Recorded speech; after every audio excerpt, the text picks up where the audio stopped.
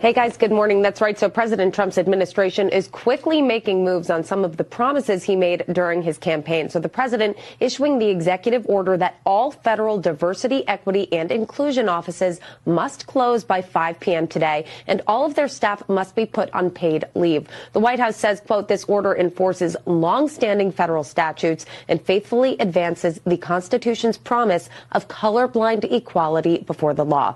Going on to say, quote, this comprehensive order is the most important federal civil rights measure in decades. So here's what needs to be done by the end of the day today. All department and agency heads must notify employees of the closure and that they're being placed on paid administrative leave. All websites and social media accounts must be taken down. Any DEI-related trainings must be canceled, and any DEI-related contractors must be terminated. Trump's move seems to have sparked others to follow suit. FCC Chairman Brendan Carr announcing yesterday the commission will also be ending its promotion of DEI initiatives. Carr says the FCC is going to eliminate it from their strategic plans and budget, get rid of the FCC's DEI advisory group and the DEI task force. He says they'll also rescind the Commission on DEI Equity Action in that plan and curb DEI analysis in their economic reports. Hey, hey, hey. Guess what day? Guess what? Woo! We set forth to new beginnings. A golden age for all see life. This reborn spirit feels good to be on Satan's bad side. Betray the scum of the earth, and you see calmer seas ahead. Wear me armor of gold and rape you, drain the seabed. And guess what, guess what? Everything will be okay. Guess what day, what day? It is, it's hump day. Get it on.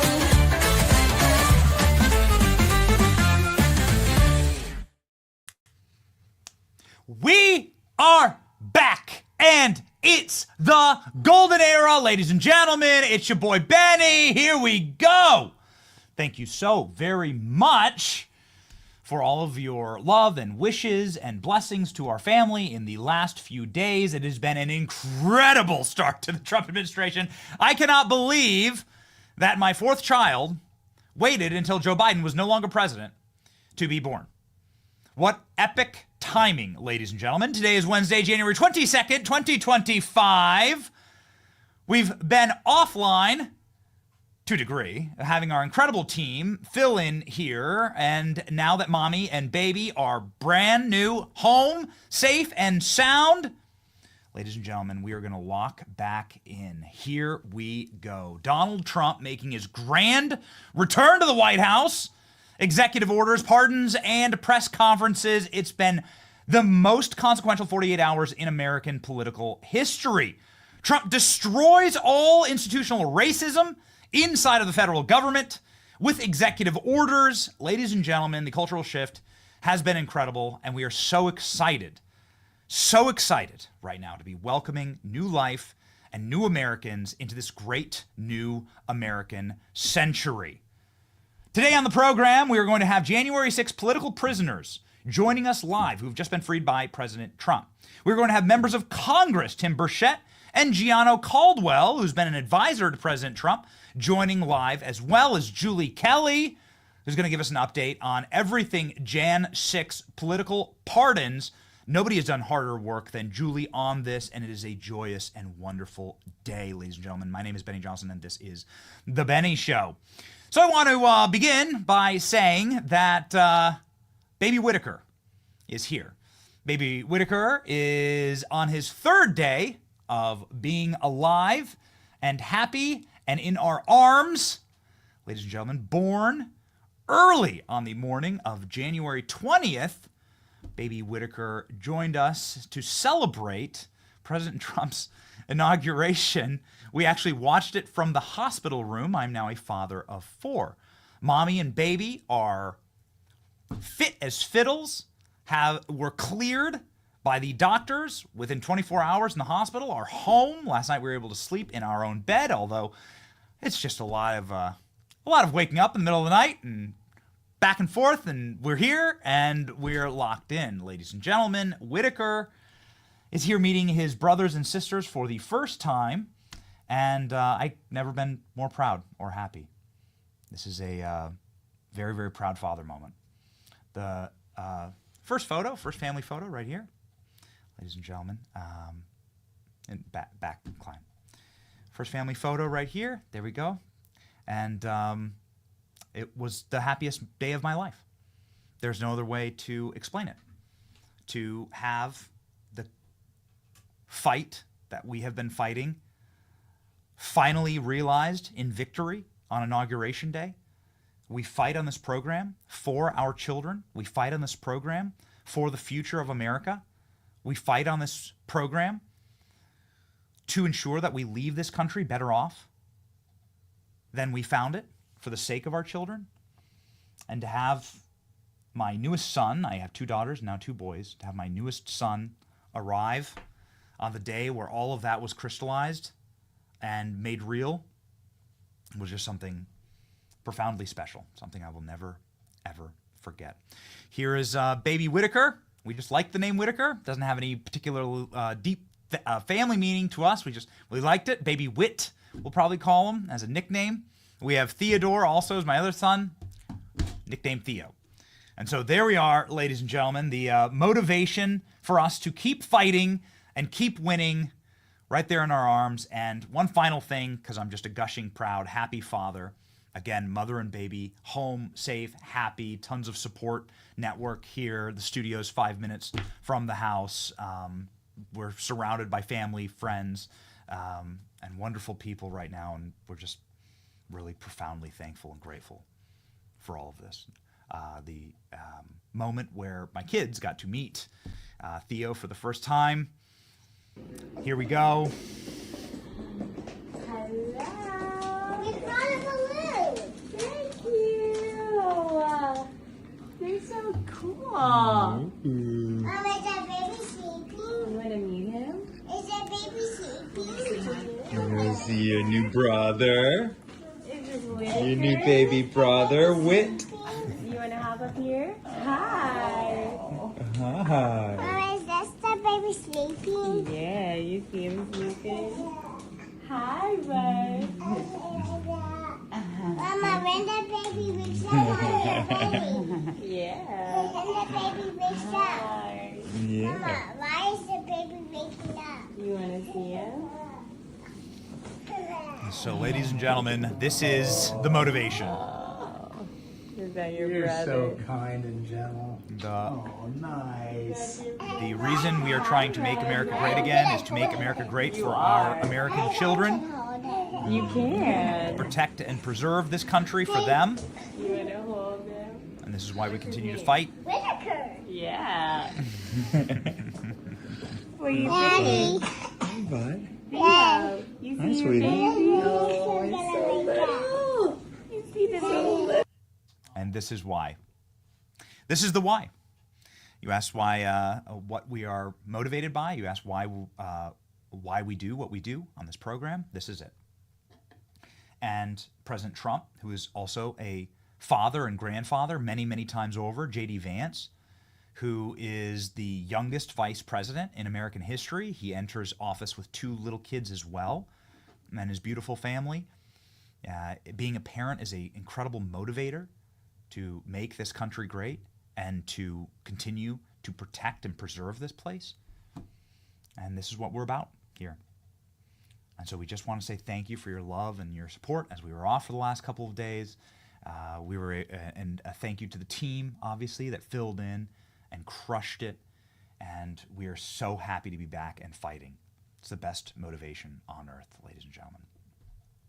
So President Trump has given my family and your family possibly the greatest new baby present ever, which is the total and complete restoration of sanity and reality in our country. I want to head on over here to a breakdown from Charlie Kirk, who has just an incredible summary of the last 2 days. It has been neck-snapping and mind-boggling what this administration has gotten done, and we have so much to get to on this program. We have so much to catch up on this program and so much to celebrate. Ladies and gentlemen, let's begin with a list of accomplishments. Day 3 of the new Trump administration is just getting underway. On day 2, the president restored merit-based hiring at the FAA, ending insane Obama-era push to put travelers' lives in the hands of incompetents hired for diversity reasons. Ordered the closure of all federal DEI offices with existing employees placed on indefinite leave, and special orders to prevent them from being protected through reclassification or deceptive wording. So effectively, the ending of race-based hiring in this country, which is insane, and of course a reversal of what this country was actually founded on, the exact polar negative of the purpose of the last 250 years of history in this country was that you weren't going to be judged by the pigmentation in your skin or how you were born or where you were born. You were simply going to be judged by your merits. You're going to be judged the way that God judges you as a man or a woman, somebody with agency and somebody who is able to make their own choices and provide value, prove worth through your actions, which is how we should all be judged. Order to repeal LBJ's infamous Executive Order 11246, which mandated affirmative action rather than merit-based hiring in federal employment and contracting. Prohibited all use of racial discrimination or DEI at federal contractors, universities receiving taxpayer dollars. This is effectively the end of federally instituted racism in our country. It is mind-boggling that all of this has existed since the 1960s. This is not modern-day wokeism. Modern-day wokeism is simply an extension of the first radical Marxist takeover of this country that happened in the 1960s, where everyone went nuts and you began your social and restorative justice.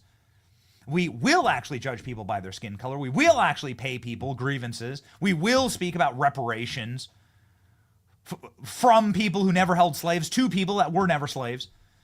We are going to judge people by the content of the color of their skin, not the content of their character.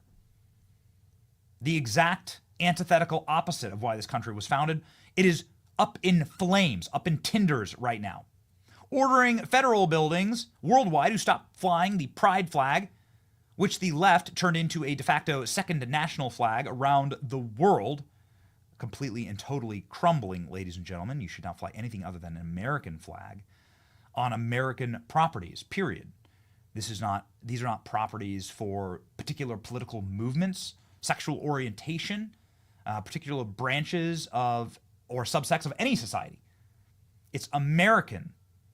We are America. We have things that bind us and unite us, and these are not partisan political flags. It is a beautiful thing to see. Launched the Stargate project, a collaboration with Silicon Valley aimed at cementing America as the global leader in emerging AI technology. Unleashed ICE with full authority to target criminals that Joe Biden allowed to roam freely around the country, raping and killing. Granted a pardon to Ross Ulbricht, who was wrongfully given a life sentence by overzealous federal prosecutors. Ladies and gentlemen, day 2, just as incredible as the first. 36 hours down, 35,000 hours more to go. And ladies and gentlemen, Donald Trump getting in early and coming out like a roaring bull out of a gate at a rodeo. An incredible moment in our country. And speaking of ICE, we have an update here, ladies and gentlemen, from Tom Homan, who's on Fox News this morning, talking about the sheer number of criminal aliens who have decided to turn back now, ladies and gentlemen, and reverse course. The CBP One app completely shut down. All asylum flights canceled. All asylum appointments canceled. The ICE agents who had been handcuffed effectively, incapable of doing their job, have been leased and loosed onto large metropolitan areas around America, including, but not limited to, Chicago and Philadelphia, New York, and Los Angeles. And now, ladies and gentlemen, Tom Homan giving the updated immigration numbers. Let's go. Absolutely. Look, the greatest president in my lifetime, he's back. Because in 2 days, last 24 hours, total apprehensions on the southwest border, 766. Compare that to the 10 to 12,000 Biden had at one time. CBP-1 releases, 0. CHNV, Cuba, Haiti, Nicaragua, Venezuela releases, 0. Total of 766 across the entire southwest border. That is a game changer. Donald Trump posting this image this morning of him running with the energy of a lion. This is President Trump's first post from this morning, an AI of him with a lion, roaring like a lion. This is the beginning of the golden era, and it's starting in such a spectacular way, ladies and gentlemen. So I wish to bring you my favorite clip from Trump's inaugural speech. The clip that crystallized what this election was all about and what President Trump is about to do in this nation. Here we go. Many people thought it was impossible for me to stage such a historic political comeback. But as you see today, here I am. The American people have spoken.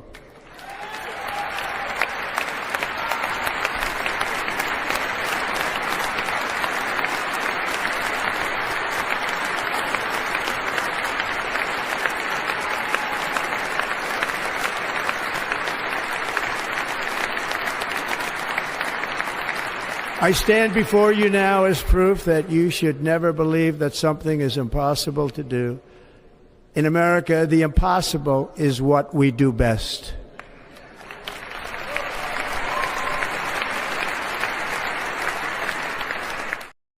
Completely inspiring. Kate and I were watching that from the hospital, and we were sitting there with our brand new baby and watching Donald Trump mercilessly roast Joe Biden to his face for 30 straight minutes, and Barack Obama and Kamala Harris, and they could do nothing. They just had to sit there and take it. Ladies and gentlemen, the hardest photo maybe ever taken in American politics. Donald Trump, Melania Trump, and J.D. Vance waving goodbye to this corrupt administration. See ya later. It's been completely and totally illegitimate. It's been an administration that is antithetical, clearly, to the principles of America. And you can see this in the first actions of the Trump administration, the first video that was posted on the White House website. The moment that it all changed, ladies and gentlemen. Here we go.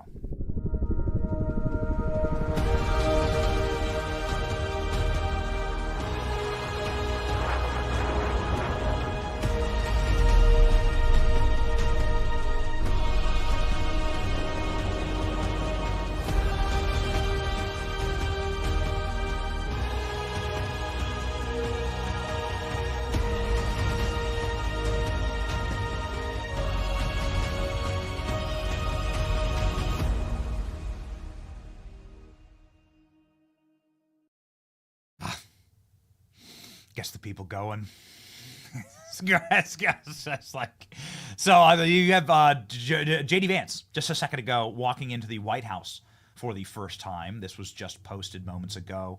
J.D. Vance getting a first opportunity to see the Oval Office in person. If this doesn't melt your heart, I don't know. Well, you have a heart of stone. Here we go. All right, sounds good. Thank you.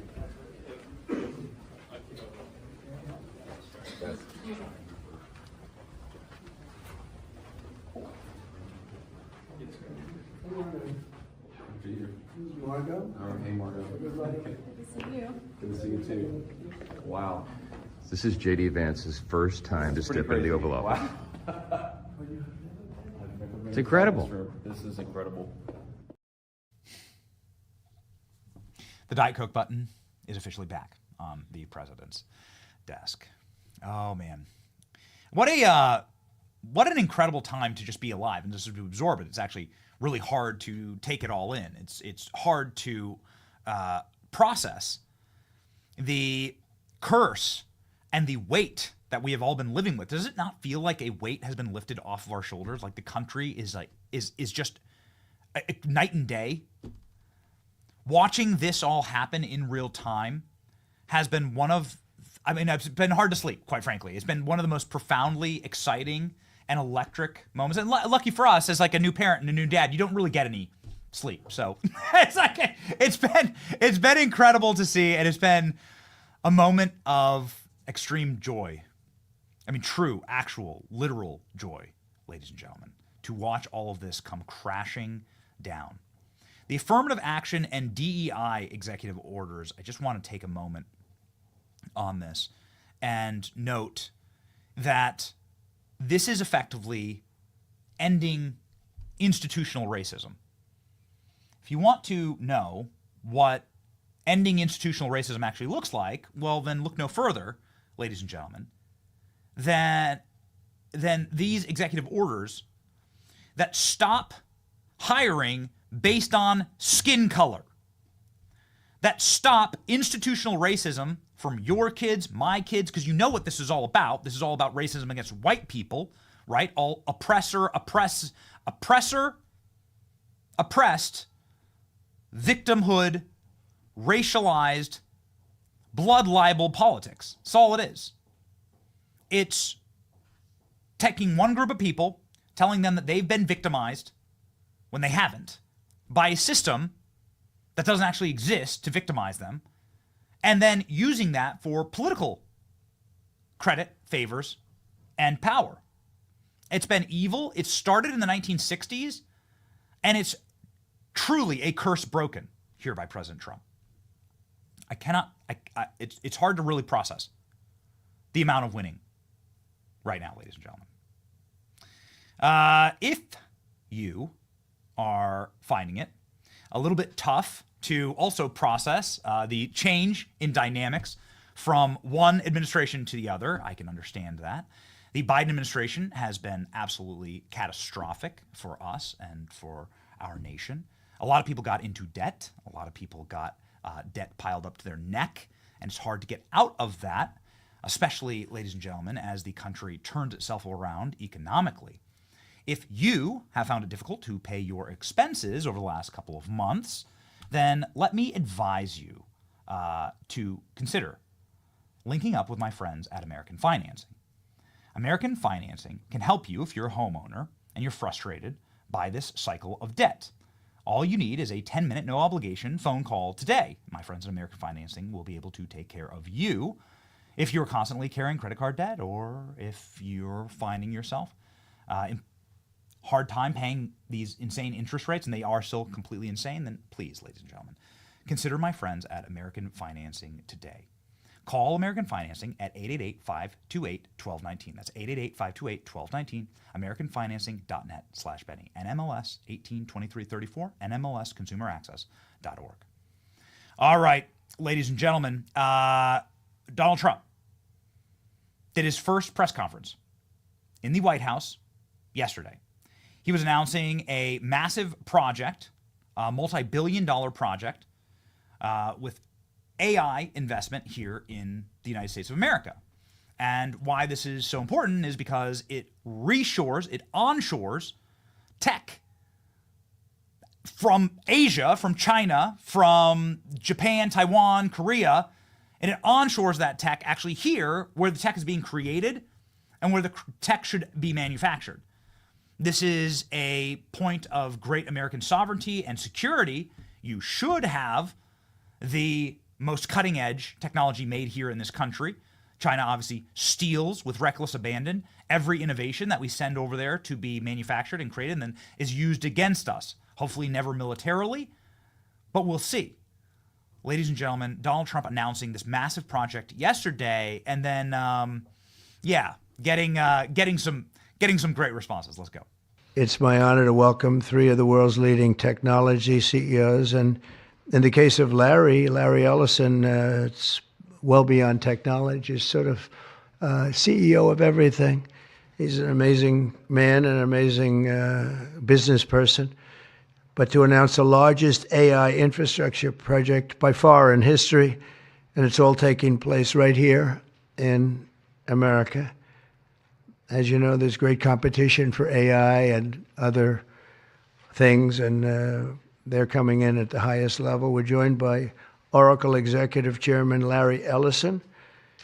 SoftBank CEO, my friend Masa Yoshi-san, and CEO of OpenAI, and I would say the by far the leading expert based on everything I read, Sam Altman. So that's great that you're coming in together. That's a massive group of talent and money. Together, these world-leading technology giants are announcing the formation of Stargate. So put that name down in your books, because I think you're going to hear a lot about it in the future. A new American company that will invest $500 billion at least in AI infrastructure in the United States, and very, very quickly, moving very rapidly, creating over 100,000 American jobs almost immediately. Ladies and gentlemen, President Trump wasting absolutely no time. My producer is having to actually update us live while we're on the show because the actions are happening so fast. That's why it's been really hard to sleep. Okay, the newborn, all right, doesn't live by typical schedules, so that actually makes it very easy to follow the news cycle these days, because if you sleep, then you'll miss what's going on inside of the administration. Donald Trump pardoning effectively all January 6th political prisoners. This was done within hours of President Trump taking office, but there has been a little bit of a glitch in the matrix. Apparently some of the prisons don't want to acknowledge these pardons because they have so mistreated and abused these J6 political prisoners. That's why we're going to be having January 6 political prisoners on the show today, along with the #1 advocate for them, Julie Kelly, members of Congress as well. Ladies and gentlemen, the media asking Donald Trump about these pardons. Let's go. Among those you pardoned, DJ Rodriguez, he drove a stun gun into the neck of a DC police officer who was abducted by the mob that day. He later confessed on video to the FBI and pleaded guilty for his crimes. Why does he deserve a pardon? Well, I don't know. Was it a pardon? Because we're looking at commutes and we're looking at pardons. Okay, well, we'll take a look at everything. But I can say this. Murderers today are not even charged. You have murderers that aren't charged all over. You take a look at what's gone on in Philadelphia. Take a look at what's gone on in L.A., where people murder people and they don't get charged. These people have already served years in prison, and they've served them viciously. It's a disgusting prison. It's been horrible. It's inhumane. It's been a terrible, terrible thing.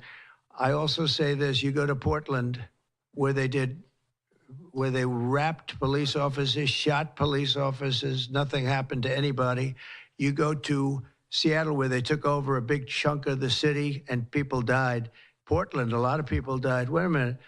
And you go also, take a look at Minneapolis, because I was there and I watched it. And if I didn't bring in the National Guard, that city wouldn't even exist today. People were killed and nobody went to jail. So these people have already served a long period of time, and I made a decision to give a pardon. Joe Biden gave a pardon yesterday to a lot of criminals. These are criminals that he gave a pardon to. And you should be asking that question. Why did he give a pardon to all of these people that committed crimes? Why did he give a pardon to the J6 Unselect Committee when they burned and destroyed all documents which showed that they did what was wrong, not me? Wait a minute. Why did they give a pardon to all of his relatives, his brother who made millions of dollars, to all these different people? He gave pardons. That's the question you should. Why is it, ladies and gentlemen, that Donald Trump can behave in this manner? This is a fearless President Trump administration. This is a President Trump administration that is unrecognizable from the last term. The last term, and as I sat back and processed this and watched it, I personally believe that the last President Trump administration was cudgeled into believing the press headlines that they were illegitimate, that they were racists, that they were Nazis, that they were evil, that they were Russian stooges and collaborators. This is a Trump administration with the full legitimacy of the American people behind them, with the popular vote behind them, with every swing state behind them, with this map behind them. This is a Trump administration that has the will to power, ladies and gentlemen. And that's the difference. A mandate to fix the wrongs of the past, not just the near future, ladies and gentlemen, but into the future for all time, to reset the table of what racism actually looks like in America. What's happening today is the end of institutional racism. The left should be screaming and cheering. Their voice should be brave. That person should be crying tears of joy right now because institutional racism is now ended. Affirmative action, gone. DEI, gone. Airports are now safe again. We won't have these near collisions anymore. The meritocracy, ladies and gentlemen, is what we should all be asking for. This type of administration is only possible because those who are working inside the administration now has the undergirding of legitimacy, power. Not that the first one didn't. It's just that the first administration, I think they weren't ready to absorb that the American people want this. And now Donald Trump is a man totally committed. Now Donald Trump has been unleashed to deliver these results, and he's delivering them in short order. Here we go. Look at this. Michael Pisciuto is a father of 3. He was facing 47 years in jail from BS charges of the DOJ. His hearing was supposed to be today, and it wasn't looking good. He's a free man. He was able to go home to his family and see his newborn son. Thank you, President Trump. Something that, of course, for me right now, deeply profound. January 6th political prisoners freed across the nation. Here's just a small sampling of posts of J6 political hostages who were freed by President Trump. Keep going. Ladies and gentlemen. Having meals at what looks like maybe Waffle House. Individuals like Jacob Chansley, who's been a friend of the show, posting a cartoon of himself. Let's see, what does Chansley have to say? I just got news from my lawyer. I got the pardon, baby. Thank you, President Trump. I'm going to go buy some guns. I love this country. God bless America. J6ers are getting released all across the nation. Mothers of J6ers themselves, calling me, texting me pretty much nonstop. The entire phone, my entire phone is melting down. We've tried our hardest to be an ally of these people, to be a friend of these people, to defend these people, to push their cause. And to see this happen now, it's like an answer to a prayer that we've been praying for such a long time. The releases have begun. And now thousands of January 6th political prisoners are done. And I love that it's a full pardon, not a commutation. There's a major difference in that. The pardon says something wrong happened to you. What happened to you was an injustice. The commutation just says, okay, time served. You deserved this. The pardon says something evil happened to you. And we're going to fix that. Mothers being reunited with their sons. Fathers being reunited with their children. This all happening within the first 48 hours of the administration. It is like an answer to prayer. It is like a dream. President Trump from the Oval Office talking about the January 6th pardons, explaining, ladies and gentlemen, why. Here we go. Sir? Yes, sir. First, we have a list of pardons and commutations relating to events that occurred on January 6th, 2021. Okay, and how many people is this? I think this order will apply to approximately 1,500 people, sir. So this is January 6th. These are the hostages. Approximately 1,500 for a pardon. Yes. Full pardon. Full pardon or commutation? Full pardon. We have about 6 commutations in there where we're doing further research. Nice to see you again.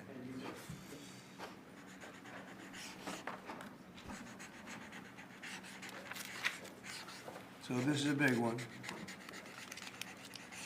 Anything you want to explain about this? We hope they get them. We hope they come out tonight, frankly.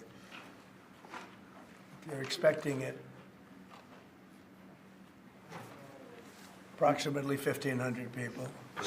Six commutations. Were there any cases you did not commute or pardon of people? We're looking at different things, but the commutations would be the ones that we'll take a look, and maybe it'll stay that way, or it'll go to, full pardon. And the order does require the Bureau of Prisons to act immediately on receipt of the pardons and commutation orders. Sir, this is... Ladies and gentlemen, there is still the fight inside of the Democrat Party to lie about January 6th, to cover up what has effectively become a cult-like religion for them, to lie about the death of a police officer, as Chuck Schumer just did. And I just have to get to it before we go to Tim Burchett. Ladies and gentlemen, Chuck Schumer just continued to push a debunked lie inside of the United States Capitol about the J6 political pardons. They've been losing their damned minds. And I want to establish something very important, which is that I sat in the hospital with my kid watching the news with my newborn son, holding him, and with my phone in one hand, holding him in the other hand, because there's so much news going on, and I see this notification on my phone that says Dr. Fauci had been pardoned by Joe Biden. How many dads were robbed of seeing their newborn children having to wait outside in a car while their wives were laboring inside the hospital because of COVID restrictions? How many wives had to labor with masks on their faces? They tried to put a mask on my wife's face during COVID in Washington, D.C. when we had our first child. How many children were unable to see their parents in their dying moments in the hospital because of Dr. Fauci? Dr. Fauci is the single greatest monster in history because his crimes affected the greatest number of people in history. Tens of millions across the globe because of the crimes of Dr. Fauci. How does he live with himself? I do not know. Joe Biden committed a crime against humanity by pardoning Dr. Fauci. I really, truly, in my bones, hope that Congress is able to find a way to drag his rat's ass in and to force him to testify. And if they find that he's lied, they can recharge him.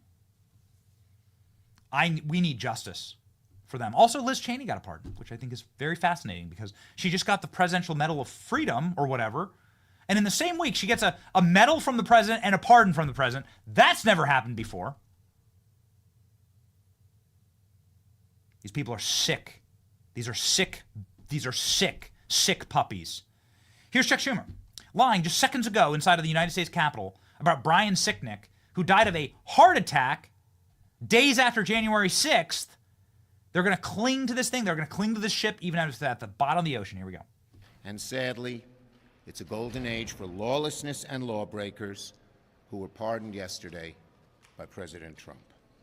There is no other way to describe President Trump's pardon of January 6th offenders than un-American.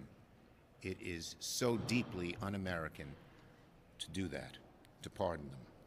And let's be clear, President Trump didn't just pardon protesters. He pardoned individuals convicted of assaulting police officers. He pardoned individuals convicted of seditious conspiracy. And he pardoned those who attempted to undermine our democracy. It's a betrayal of the highest order of our Capitol Police officers who risked their lives to keep us safe. It just is so cruel to the Sicknick family who lost a police officer. Amazing. The left is now concerned with police officers. Ask yourself a simple question. We're doing a research right now on this, and so I don't have the exact numbers. Ask yourself a simple question. When you watched police officers getting ravaged, beat by attempted murderers, Antifa and BLM, by left-wing murders, and you just saw it again with Hamas, the Hamas protesters. When you saw police officers get targeted, did you hear a single word from Democrats? Anything. It is the definition of sociopathic, nihilistic behavior to use these deaths only when they give you power. To use narratives only when you think you can get a political point off of it. Brian Sicknick died of a heart attack. He's a cop who did die. He died of a heart attack days after January 6th. So to continue to lie about him, as the New York Times has done, is just despicable behavior. That's why the Democrat Party is going to lose and continue to lose, ladies and gentlemen. One more video I have to show you. January 6th, father. Daddy's home. Daddy's home. This is one of the January 6th political prisoners meeting his daughter. It's got to be about 2 or 3 years old, embracing his child, wearing an American flag. So many of these people are patriots, love their country, and want nothing other than to have an America for their children that is lawful, that is legitimate, and that is functioning. And that is why they are in prison, because those were dangerous ideas 4 years ago. Now, the hunters have indeed become the hunted. Too many victories to get to in a single show. We're going to do our very best to get to all of them, ladies and gentlemen. In this moment, it is a moment where I have had very, very little sleep, where we have had, where I have had very little time, ladies and gentlemen, to do anything other than consume the glorious moments that are happening across the news landscape, and to be there for my family in these times, including this morning. It's important that you get your fruits and vegetables and nutrition that you need to keep going. This is why I'm extremely excited to be partnering with Field of Greens from Brickhouse. This is the nutrition that I need in my diet, especially when we are on the breakneck track that we are on right now. What an incredible way to kick off the golden era. Field of Greens is the only drink, ladies and gentlemen, that offers a promise of better health or your money back. Enjoy a delicious glass of Field of Greens every single day, like I do, and at your next checkup, your doctor will notice your improved health. Each fruit and vegetable in Field of Greens is a doctor selected for a specific health benefit. The heart group, the lung group, the kidney group, metabolism, healthy weight. I get energy to keep going. I'm on, I don't know, this is like I've probably had like 5 hours of sleep in the last 4 days. It just is what it is.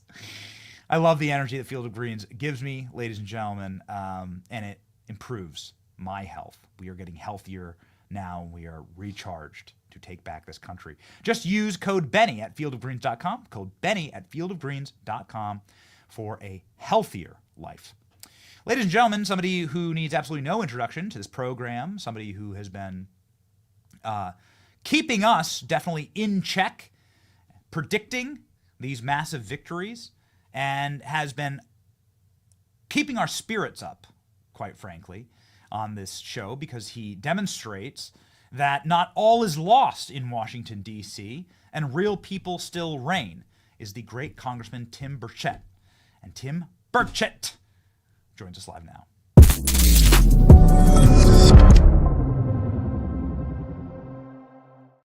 Welcome to the Golden Era, Congressman. Thank you so much for bringing this about. The entire show here, me and my family are appreciative for you, sir. Thank you, Benny, and congratulations on the new Bambino. I missed that. You know, I married my wife. My wife was a widow, and I adopted Isabel. And I missed diapers and those sweet little cuddles. But now I'm getting boys at full force. Now she's 17. You're probably doing one of these. I'll be doing through a jail cell, bars, and I'll be. I told this kid. I said one kid was kind of sweet on my daughter, and I said, if I come in there and find your mouth on her, I said, I'm beating your ass. And I said, if I catch you in her bedroom, it's over. And I said, I got 60 acres to spread the ashes. And my wife as I walked out, she said, honey, you think that was a little strong? And I said, No, I think it's just about right, baby. It's been a very, very strong. But yeah, I'll take some lessons from you, by the way, Congressman. Definitely, my daughters are still, thankfully, decades away from dating age, but there is a nunnery in a convent actually just down the road. So if things go south, we always get thee to a nunnery. It doesn't seem like we're going too strong. It seems like this is exactly right for the president's administration. The kickoff and the start to this administration has got to be music to your ears. You've got to be whistling Dixie. 100%, brother. I have, but I've warned people though. We got about 100 or 150 day honeymoon, and I don't want any hearings. I want to start passing some dadgum laws. Let's do what we said we're going to do. I've filed my bill that on the defunding the Taliban. We sent them over 40 million. Of course, Trump got a hold of it and said it's more like 40 billion, and which is kind of funny. Elon Musk tweeted it, and then I'm back on getting after the Chinese for getting our genetic information, and Fauci was all wrapped up in that garbage. And I'm excited about where we're going as a country, but I want to warn people. Let's hold us accountable, man. Let's keep it's kind of like those drones, that everybody was harping on a couple of weeks ago. Ain't nobody talking about dadgum drones anymore, but they're still out there. And I got appointed, Marjorie put me on her DOGE committee, and I was completely honored by that. A little surprised, but honored. But I want to warn people, what some of the big boys, and this is not Marjorie or me or any of these people, but I think what they're intending us to do is pass some really tough cuts in the House, pass some really tough cuts in the Senate, but they don't line up. And then it just all falls apart. And then we pass another big spending bill because we're going to shut down government. We don't want that on our watch, although we've had it on our watch before. We've done it before. And all we got to do is put the message out that they're the ones doing it. But again, I worry about us being gutless. I'm not so much worried about the Democrats right now because they're in the minority. I'm worried about the Republicans. And we got a lot of work to do. And I hope we can get this fiscal house back in order. And I'm sorry I'm talking too much, but one thing I want to warn people of too is on this big, beautiful bill that we're getting ready to pass, if they show a bunch of cuts in there and then they say, oh, we're going to put that money we cut into the Pentagon, it is no savings. It is no savings. I passed a law when I was in the state legislature in Tennessee. I was in the Senate, and I'll never forget, I was in the finance committee. It's finance when you're on the committee, but when you're trying to get on the committee, it's finance. So I was on the finance committee, and I remember a Democrat sitting beside me said, man, that's a great bill, Burchett. And I turned and said, thank you. And he said, and I know exactly where I'm going to spend that money. And so let's watch that. Let's cut it and leave it. Let's not cut it and spend it. So sorry, Benny, got off on that. I love you. I love you back, Congressman. So, okay, this is going to be a moment where we really see if John Thune and Mike Johnson do what they told us they were going to do. You said the one big, beautiful bill. When can we expect that in Congress? This is something that, of course, we've been seeing these executive orders, and it's really great to cheer them on, but the executive orders can be undone, right? And this sort of proves it.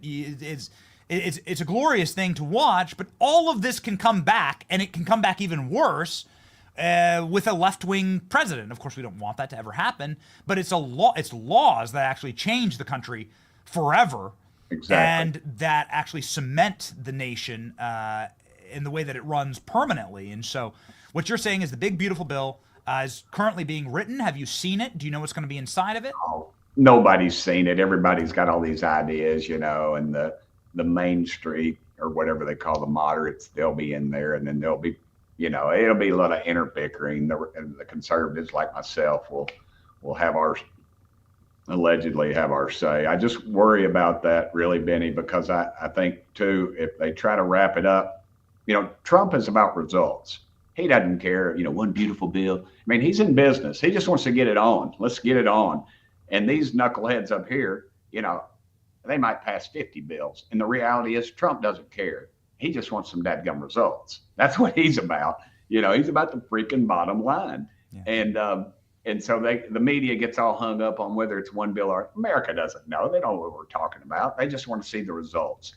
And that's what I want to see. I want to see the results. I want to see something in print, and I want to say I want the spending curve to start trending downward. And again, if we one paper I saw it was written by some conservative folks. It looked good, and I looked right over there where that money was going. They were upping the money to the Pentagon. Again, they've not passed a audit, 8 audits, and when they talk about Pentagon cuts, you know what they do in those meetings? I've been there, and they'll say, now they make the bullets in your district, they make the helicopters in your district, they make the battleships, they start pointing out people, and we've got defense systems. As soon as they're produced, they're mothballed, and we're going to get to that in Doge. And Marjorie is there are no sacred cows with her, and she gets it. And we're going to go after education. We ought to shut down the Department of Education, send that money to the states, force those dadgum unions to say, are you for teachers getting more pay? Because you're going to get more pay with this, and we're going to have savings off the top.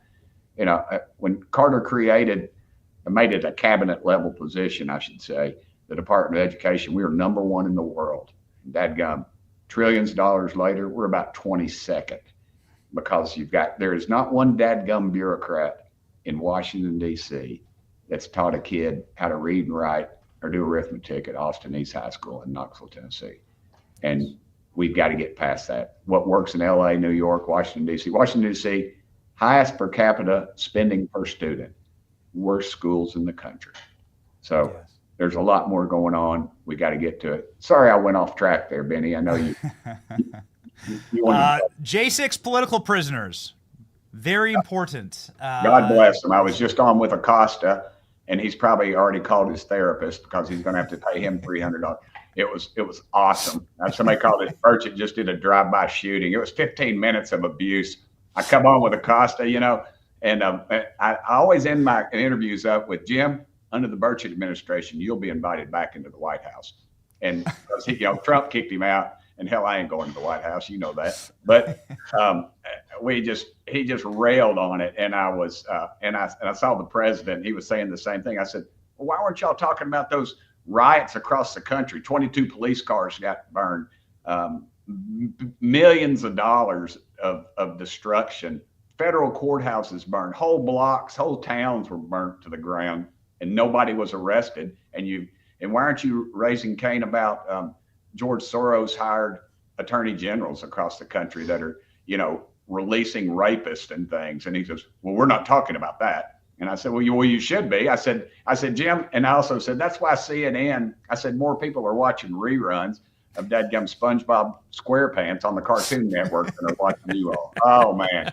He just, I know his therapist is going to hear that one. But, anyway, brother, I got a little bit off. I always pray before I go on those things, honestly, before I speak or even your show or whatever. I say, Lord, please let me say something pleasing to you. And I don't know if that was pleasing to the Lord or not. So I'm going to have to go back and watch it. But anyway, I got a little riled up. I had a lot of coffee this morning, and I try to get in my head game day on those things. So, and I'm sorry I've rambled. It is a great day in America, Congressman. There are so many people with so much new and renewed energy for this nation, seeing President Trump deliver on promises, I think far beyond what anybody was expecting in the first couple of hours. Man, I was on a live TV show, and they were doing those things, and he would call it out, and this Democrat operative was there, and she was just, every one of them, she just go, I could just see her going, oh no. It was beautiful, man. Yeah.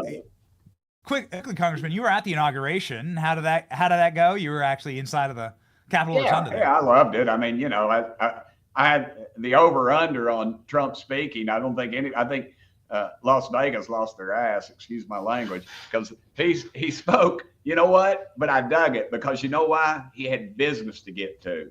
Forget all that pomp and circumstance, dadgummit. I'm going to start signing those executive orders. And he blistered those liberals, and they deserved it. And America got to see what a real leader looks like. I get a lot of talk from people about, hey, there's my best friend calling me. I'll have to send him a message, so call me back. He sat up there and he just railed, and it was classic Trump. But he kept with his lines. I felt like he didn't get too far off the script, but he hit what he wanted to do, and he told America what to expect, and we got down to business. And all they're doing right now is talking about Jeff Bezos' fiance, what she was wearing, which I think is just classless. Attractive lady, she's wearing fashion. I don't know. It ain't. I'm in a dadgum Carhartt there on the aisle seat. So what do I know about fashion? But I nothing wrong with that. I loved it, man. I loved it, and it was beautiful, and it was classic Trump. It was unexpected. I mean, it was expected what he was going to say, but he did it in such a short and concise manner. I love that. I love that. And, they're going to just attack people personally in the crowd trying to drive these billionaires off. They see what's going on. They're capitalists. I had a nice conversation with Bezos. I invited him to Knoxville. Come on to the Exxon, the Mexican Exxon right there, Mexican restaurant attached to the Exxon. But I did tell him, though, they jacked their margaritas up to $7. I said, so bring your checkbook when you come. It's got to be a steep one for Jeff Bezos. That's right. And listen, his wife looked like she loves herself a margarita or two.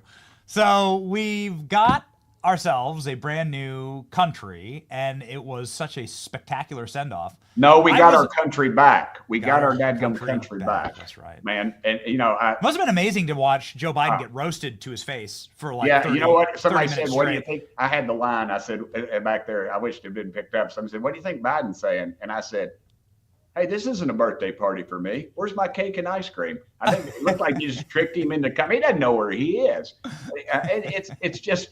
That's the picture of that is the picture of the decade. Outside, I wouldn't say it's the best picture, Mount Suribachi, where they raised the flag, the Marines did on Iwo Jima was the picture of the world. But that is a pretty telling picture right there. I thought that couldn't have been any better. So you're very close with President Trump. In closing here, Congressman, what's your piece of advice for the president? It seems like he is roaring out of the gate, and he's back in action. And it just seems like Trump 2.0 is so much different than Trump 1.0. And we want to keep up this energy. How do we keep it, Congressman? Watch the people you got around him. Know their history. Yeah. I'm really worried about that. I see these guys that, are got Doge tattooed on their foreheads. I'm like, where the hell have y'all been the last 4 years? I'll tell you where you were. You were spending dadgum money. Now you're reading opinion polls. And when it gets a little hot, they get 2 phone calls from home. Oh, we can't start deporting these people to Mexico. They're here on asylum. We can't be doing that. You know what they ought to be asking? Where the hell are those 300,000 plus children? I mean, they're kids yours and my age, Benny. Yes. Listen, man, there's no telling what hell they're in and what these deprived SOBs in this country are doing with those kids. We need to send them to hell as fast as possible. And I'm not over exaggerating. That's the one thing I lay awake at night thinking about is what's going on with those children. I just can't even imagine. People say, thank you, God, for blessing us. They need to be asking God to forgive us. They need to ask him to forgive us because we've allowed this to go on in this country. Not enough people get to the polls, and this is what happens. Let's take our dadgum country back, man. Yes. This is just the first few days of the fight.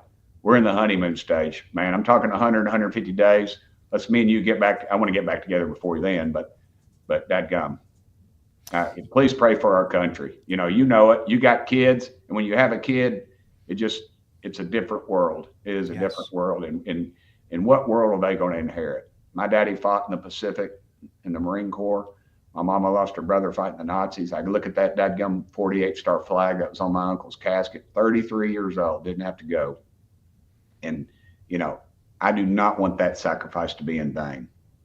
Yes, that's right. And I mean, the lowest possible tier of a function of society would be, can you protect innocent children?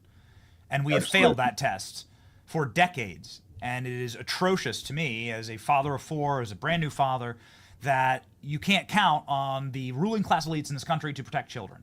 Yeah. I think as a follow-up, I think the first step to ensuring that we set the table correct here and right historic wrongs would be to prosecute those who were at Diddy parties, who were on Jeffrey Epstein's island, even if that means that Bill Clinton, standing there at the inauguration, gets prosecuted, right? If they are messing with kids, they need to be hung. You know, the Bible talks about how you treat the least amongst you is how you treat me. You know, that was Jesus talking. He's my guy. And man, I would not want to stand before my maker on Judgment Day and say, what did you do for the least of those people? Well, I let the ones that abuse them go. I don't want that on me. Yes, that's right. None of us would ever want that. And so, hey, Benny, I do want to thank you, brother. All kidding aside, man. Everywhere I go, people say, man, I seen you on the Benny show. It's like I saw you at the Walmart. But listen, man, people dig what you're saying. The reason they do, because it's the dadgum truth, brother. Keep it up. And I'm so proud that I consider you a friend. I mean, you know, as I've told you many times, my love for you is unconditional. And in Tennessee, it's probably unconstitutional. Right back at you, Congressman. Ladies and gentlemen, follow the Congressman Tim Burchett. He's making so much news. He's just absolutely blown up. He's stopping terrorists from getting funding. There's so much to cover. We got to do a whole another segment on that, Congressman, because you're. Thank you, man. And as you've said many times, I'm more than just a pretty face. You're an all-time hero to this program, and we love you. Welcome to the golden era. We've taken our country back, and right on. You rung the bell on this one. Godspeed, Congressman.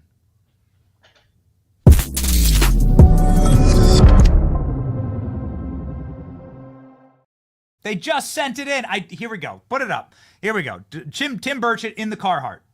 Tim Burchett in the Carhartt during the inauguration. There we go. There he is, ladies and gentlemen. Who had the more striking outfit? Melania Trump, Jeff Bezos' wife, or Tim Burchett? Or John Fetterman. That's right. In his shorts and his hoodie. Ladies and gentlemen, what an exciting time. I think we have a brand new emoji. Do we have a new emoji? Do we have a Tim Burchett emoji? Pop it up, chat. Pop it up. I think we're loading it into the chat. We've heard you, ladies and gentlemen. We know you love Tim Burchett, so we got yourself a dadgum. We have a dadgum emoji for when Tim Burchett comes back on the program. The Gulf of Dadgum. I can't even say it correctly. I can't even say, I mean, I can't even say it. I need to learn. Okay, I wasn't born in the South. I currently live in the South, if you consider Florida the South. Dadgum. Dadgum. Dadgum. I'm going to work on it. I'm going to get personal lessons. I'm going to get a personal tutor, Tim Burchett. We'll load this one up for Tim Burchett emoji in the chat. Ladies and gentlemen, we've discussed how President Trump just ended institutional racism. Seems like a pretty important headline, right? So you would assume that libs would be celebrating this. Instead, they're lecturing Donald Trump from the dais of a church. It's crazy. It's like you'd expect lightning bolts and plagues in this moment. That was crazy. We'll play those clips in just a second. Donald Trump getting lectured by a woke priestess yesterday in something that is just completely and totally grotesque abuse of Christianity and of a dais inside of any faith establishment. But anyway, zooming out, President Trump actually ending racism. The lecture from the priestess was about racism in America and how racist Trump is and how scared everyone is and how the people who pick our crops are scared. Isn't it amazing? Like, if given the opportunity, we've given the opportunity to explain why they want immigration. Everyone from Jerry Nadler to Nancy Pelosi say to pick our crops. Is that not like prima facie the most racist possible explanation for open borders? Because we need people to go out into the fields and labor for us. Anyway, I'm getting off topic. I would love to talk about this with Gianno Caldwell, Fox News political analyst, somebody who we've been a fan of for a long time on this program, who joins the show live now.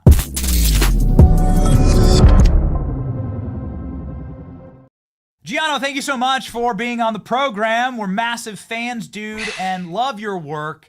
And yeah, I mean, this has got to be a pretty exciting moment for you. You've obviously been talking for a while about this on Fox News, and yeah, the table's yours, Gianno. Like, what's been the moment over the last 48 hours that really like piqued your interest? Well, first off, being on here with you, Benny, it's an honor. Thank you for inviting me. I call you, I text you, you don't answer, you don't write back. And then I realized I don't have your phone number. So here I am on your show, excited to talk about what's going on. I just got back in from the inauguration, and I got to tell you, the energy is so high. I don't think it's just in D.C. I don't think it's just Trump supporters, Trump voters, people who supported him for many years. I'm hearing from Democrats who would never give Trump the time of day, people who voted for Kamala, people who voted for Joe Biden. They're excited because people see that the country is finally about to be put back onto its feet. We have a president, Donald Trump, who's strong, who's creating a level of strength on the world stage that countries, and including terrorist groups, respect. It's a deterrent. And we haven't seen that in many, many years. So we're really excited. People across the country and world, I believe, are excited to see Donald Trump back in office. Yes. So some of the initial actions that were taken, pardoning of January 6th political prisoners, but followed up very quickly by the ending of all DEI offices, and then the rescinding of an order from LBJ that established affirmative action. The way that we read this is the crystallization of MLK's dream, where you're not going to be judged by your skin color. And that this is the ending of what is truly institutional racism, because it is woven into our institutions, affirmative action and then DEI. So this is actually this is a glorious day to celebrate, right? You know what's surprising, as you mentioned that LBJ piece, I think many people didn't realize that that was an executive order that was still active. Many people didn't, especially after the Supreme Court decision on affirmative action. I thought it was usurped everywhere. But of course, and truly, we should all be judged by the content of our character. It should be merit-based with hiring. And with the federal government in and of itself, it's a bureaucracy that needs to change. And that's why Donald Trump is bringing a culture of change to the federal government. I used to work for the federal government. I worked there for almost a decade at a particular agency. And I can tell you, there's a lot of folks there. It's very difficult to fire people. It's been difficult until Donald Trump brought in that executive order in his first term. There's a lot of people that shouldn't be in there. They don't want to work. They just want to collect a check. That has to come to an end. And this is another action and many, many more actions that Donald Trump is going to take to make our federal government, including DOJ, make our federal government much more efficient, run it a little bit like a business. In some cases, maybe the post office will be privatized. Whatever the case may be, we do need change because the American people, the taxpayers, have not gotten full benefits from the federal government in the manner in which they should. Yeah, it just seems prima facie like, okay, we shouldn't be hiring people based on their skin color. It's like it seems like the ending of that should be celebrated by all sides. But you hear the left screaming and losing their minds over it, including, but not limited to, the priestess that stood up there and lectured and scolded Donald Trump. Apparently, somebody missed a vetting there because this lady's been out and screaming in the streets. Yeah. She's been protesting against Donald Trump, and then she gets a chance to stand up and lecture the president. What did you think when you saw that happen? Well, you know what? When I saw it, I thought it was, as a religious leader, inappropriate. You got this man coming into office, who was in office previously, who did a really good job on the economy and many, many other things. He got illegal immigration down. And then you have somebody who's clearly far left, who took an opportunity to throw a dagger at him and his family and his vice president. It was extremely inappropriate. And I'm sure there's going to be many members of that particular parish that are going to leave, because I don't want to be preached to about politics when I'm trying to hear about God. That's just not the way this works. And she really should step down, to be honest. That's not okay. Yeah, I don't understand where you get off thinking that it's your job to lecture the president exactly from right. the pulpit. Is such wokeness is such a cancer, but it's such an insane power trip. And that's not what this is about. Like on day one. On day one. Like, yeah. It's just, I'm imagining she was auditioning for a CNN slot, and I'm sure she got it. So here we are. Well, she's on The View, bro. Oh, she's my on God. The View today. You know that? She's the guest on The View. Oh my gosh. Well, it seemed like she got her talking points from Joy Behar. So I'm sure she and the people on a very, very far left are very happy with that. But most of Americans don't see the world, especially don't see the United States in a way in which she does. It's a very far leftist view, and it has no business in the church. Yeah, you're right. Here we go. Our producers are putting up clips here. There she is on CNN. She's booking herself all across. So she did get her CNN slot too. Yeah, she did go on CNN. She's booking herself all across corporate media. That's what this was all about. Yeah. What an abomination. What a utter desecration of the faith. Anyway, we don't want to focus on the negative. January 6th political prisoners are being reunited with their families. Yeah. We think this is such a wonderful thing. This is arguably, for our show, possibly the greatest action yet taken by President Trump. This seems like, if you talk about restorative justice, this is actually restoring justice, and it's a pardon, not a commutation. It's saying something bad happened to you. Do you think that these political prisoners, do you think that they should potentially look at civil lawsuits against members of the Biden administration that did this to them and robbed them of their freedom? Well, and especially for anybody that committed violence, that's not something I support. But there were a lot of people who were just exercising their free right to be at the Capitol. There was a grandmother who prayed, and she went to jail for praying at the Capitol. It was inappropriate. There was a lot of politics that was played here. And of course, there was many people who should have never went to jail. What was it, 1,500 that he pardoned? And I'm pretty sure that none of those people should have went to jail. If you committed violence, that's a different and separate thing. But to exercise your free right was inappropriate. You saw people in a BLM riots who lit courthouses on fire, cop cars, and many other things, like really attack people. And what happened to them? How did they get off scot-free? But if you want to say, listen, I think this is wrong, as an American, you should have that full-on right. You should be thrown in jail for years. You should not be. Yes.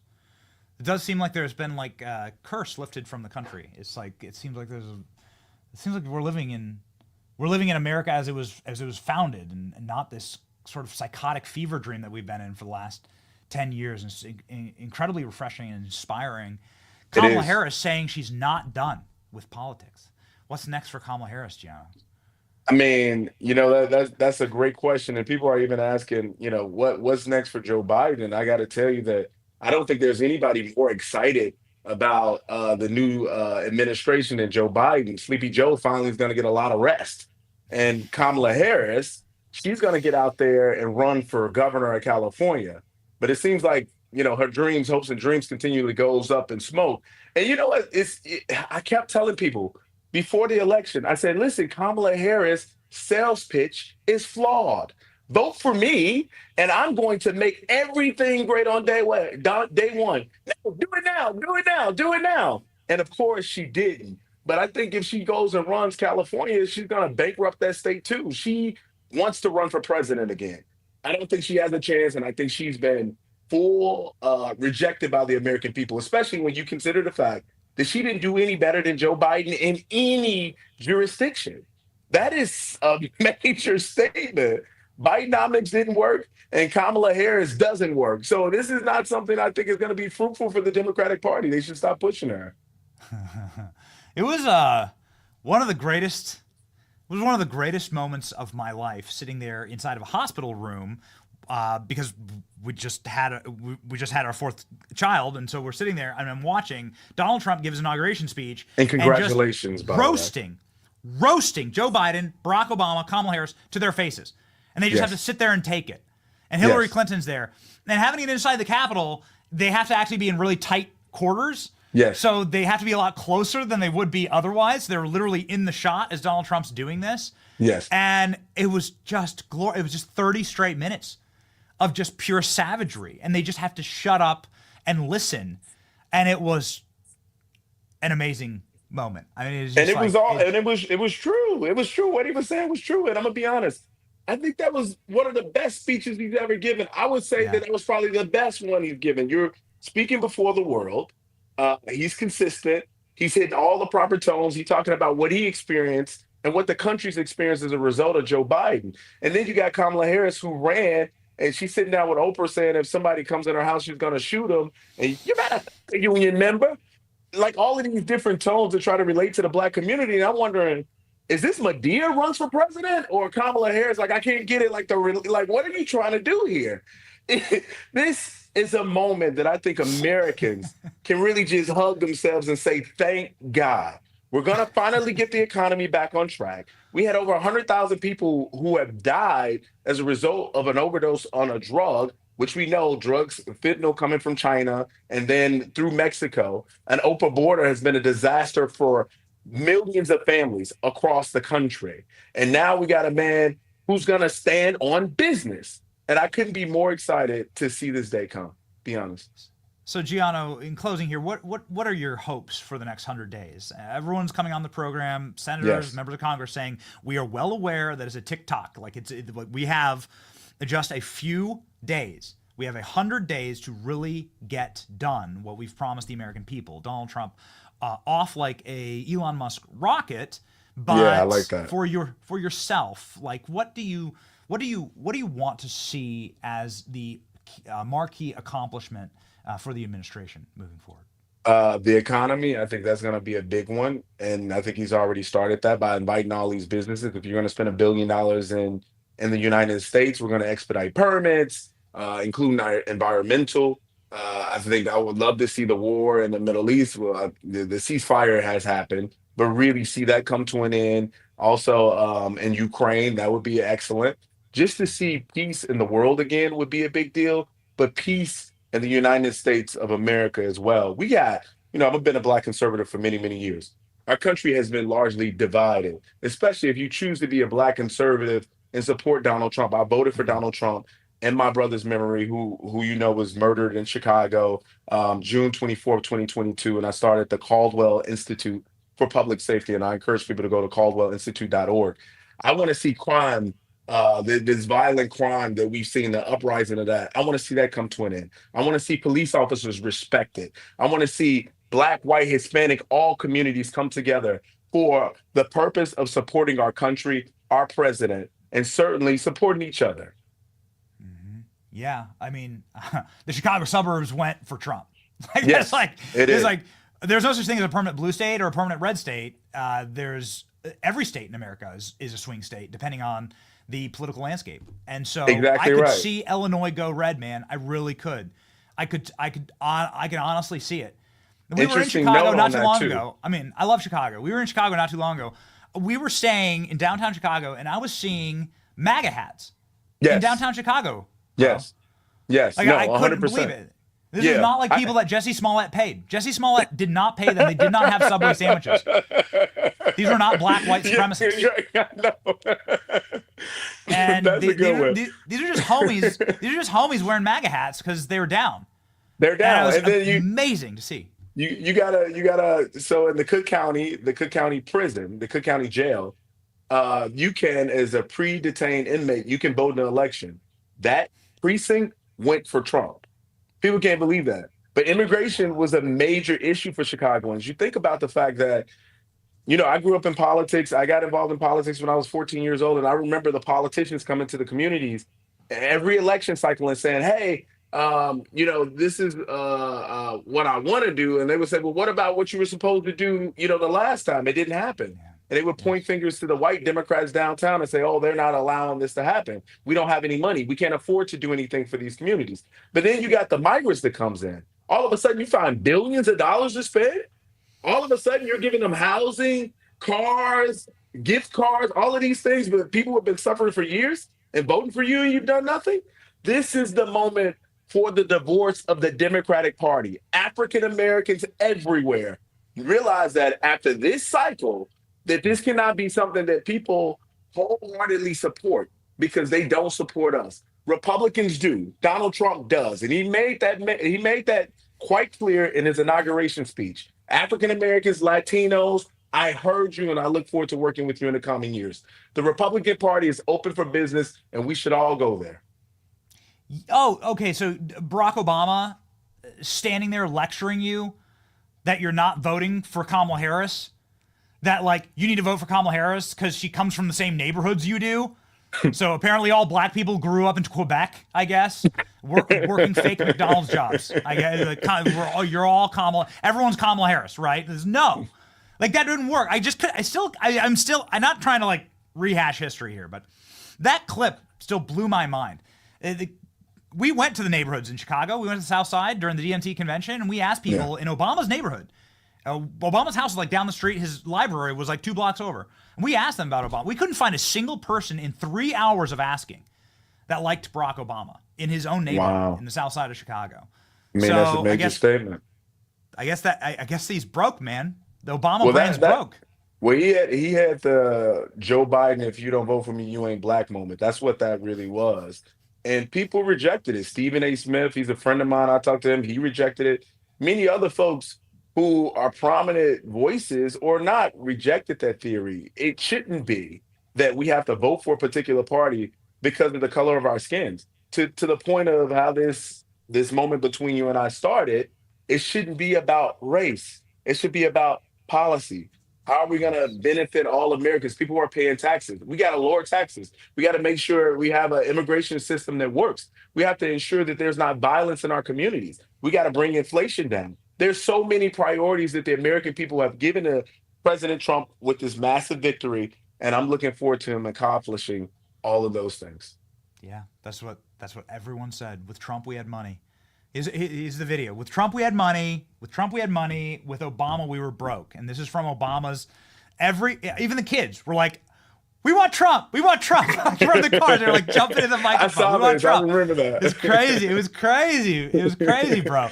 Okay, final question. When are you running for mayor of Chicago?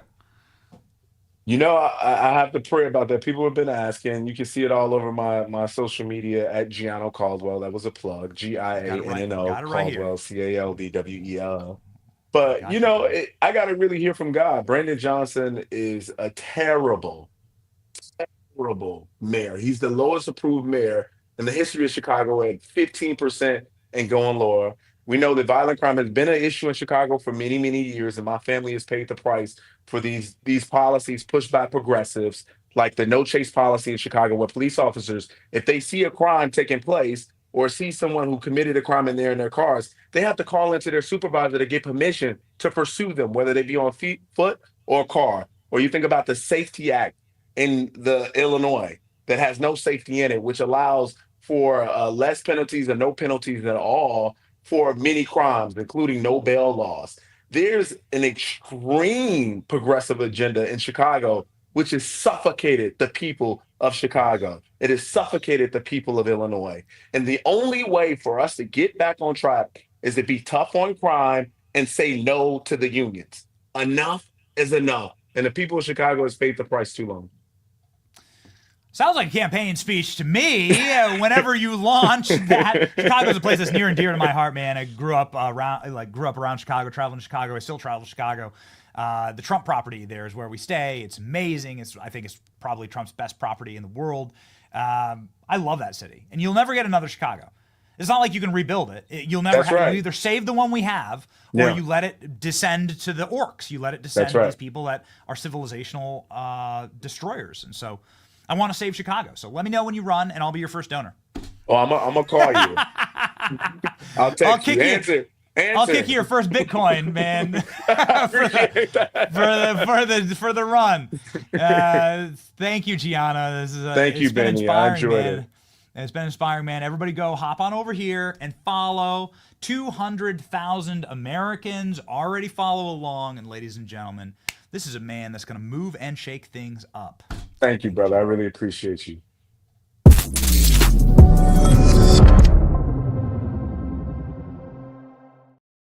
Ladies and gentlemen, this is an important opportunity for us to go to the very heart of this moment and speak to people who are profoundly affected by it. Obviously, members of Congress and people who are pundits. This is going to be really important for them to sort of crystallize what they've been working for so long. But January 6th political prisoners, what do they have to say?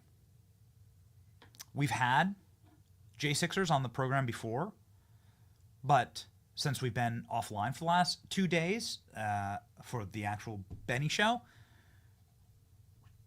and since so much has happened on this front, we wanted to bring on individuals who've been affected by these pardons from President Trump, people who have suffered the pain and horrors of state tyranny.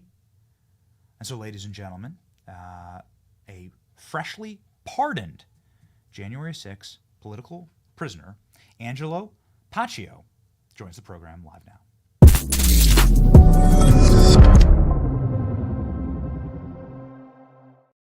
Pacheco or Paccio? Help Pacheco. me out. Okay. Pacheco, my friend. Is that Italian? Mexican. Mexican. All right. Well, there we go. You have been pardoned by President Trump. And so congratulations. Can you explain to me, Angelo, your last couple of years, what has this been like under the tyranny, the jackboot of the Biden regime? Well, it started after 2021. You know, I was there in DC observing, and I decided to get out of politics after the whole January 6th thing. I started working in a special needs classroom here in Kansas City, and I was going to school to become an EMT when the feds come knocking at my door, you know, saying I'm going to be charged for stepping in the United States Capitol for 6 seconds, by the way, only a couple feet in for 6 seconds. From there, it was a little bit terrifying at first, I will admit, but it definitely turned me into the person I am today through that hardship, because it was really tough. It was really tough. And throughout all this, you know, I saw the light at the end of the dark tunnel, and it's just been euphoric the last couple of days. That's for sure. We have what I believe here is a case file for you, and it's very important to talk about what actually happened that day. And if you don't mind, I'm just going to set the table here. We have the footage, the actual B-roll of the police officers opening the doors. The Capitol is a fortress. These doors, including the large magnetic doors that weigh tons, cannot be opened unless they are opened from the inside on purpose. Ladies and gentlemen, what happened was the police officers physically opened the door. These are armed police officers, opened the doors, and in many cases escorted peaceful J6 political prisoners into the United States Capitol. This entrance right here is the entrance that you can see here in Angelo's, you can see right here in Angelo's case file that he stepped in for 6 seconds and then turned around and walked back out. Do I have that correct, Angelo? You do, but what you can't see in that video is there was police officers on the right side of that tunnel saying people can come in if they'd like. You're really? That's what they told you? Well, you know, from what I can remember, it was sort of along the lines of, I said, "Are you letting people in?" And they said, "You can come in if you want." And I thought to myself, that sounds like a trap a little bit. So I'm gonna turn the other way and go home. And that's exactly what I did. But then the feds still came after you. And what happened next? Well, they came to my front door. They basically hinted that I should get a lawyer, which I did. And then from there, we scheduled my arraignment. I went into the Kansas City federal courthouse. I was in EMT school. I had to miss one of my tests for it. And I go in, and and the U.S. Marshal didn't even know how to process a misdemeanor inside of there. I was hanging out in their office. They were actually really cool. The U.S. Marshals were really cool. I think they understood the situation a little bit, you know, maybe in a mocking way, just like some of these articles here from the Yahoo News and Kansas City Star.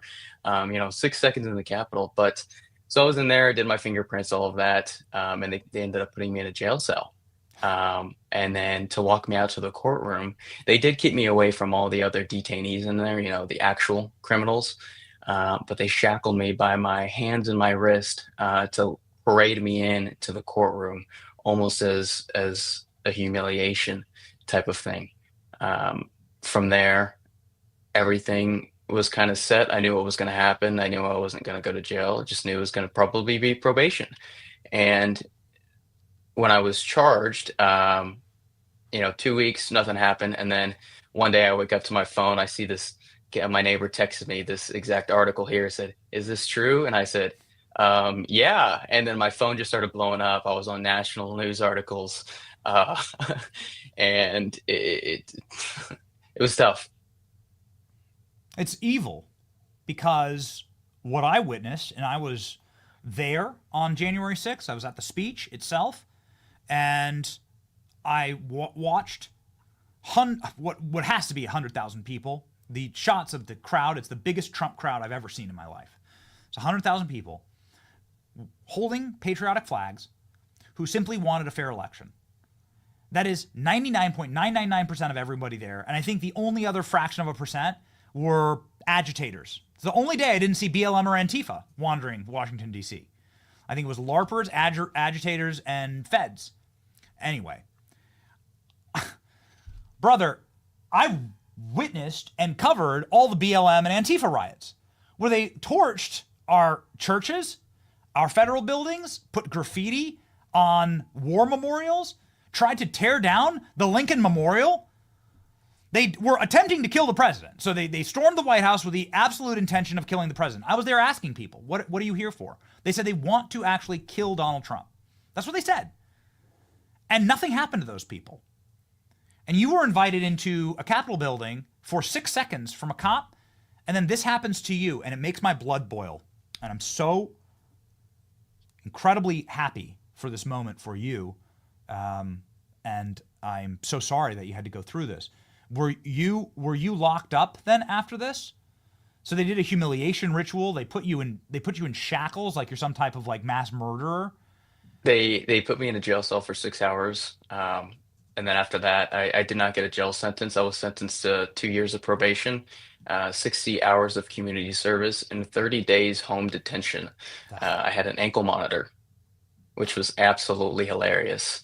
So the worst part of all of that was the Kansas City Chiefs won the Super Bowl while I had my ankle monitor on, and I was not able to celebrate. So, throughout the whole thing, that was the worst part. So it wasn't too bad. And I know, and I say that to try to make light of the situation, but the other people had it a lot worse. And my goal is to come on to shows like these and tell the world about that, about how other people were in jail. I mean, there's still some I don't know if you've checked in the last hours on X, but there's still people still in the DC jail.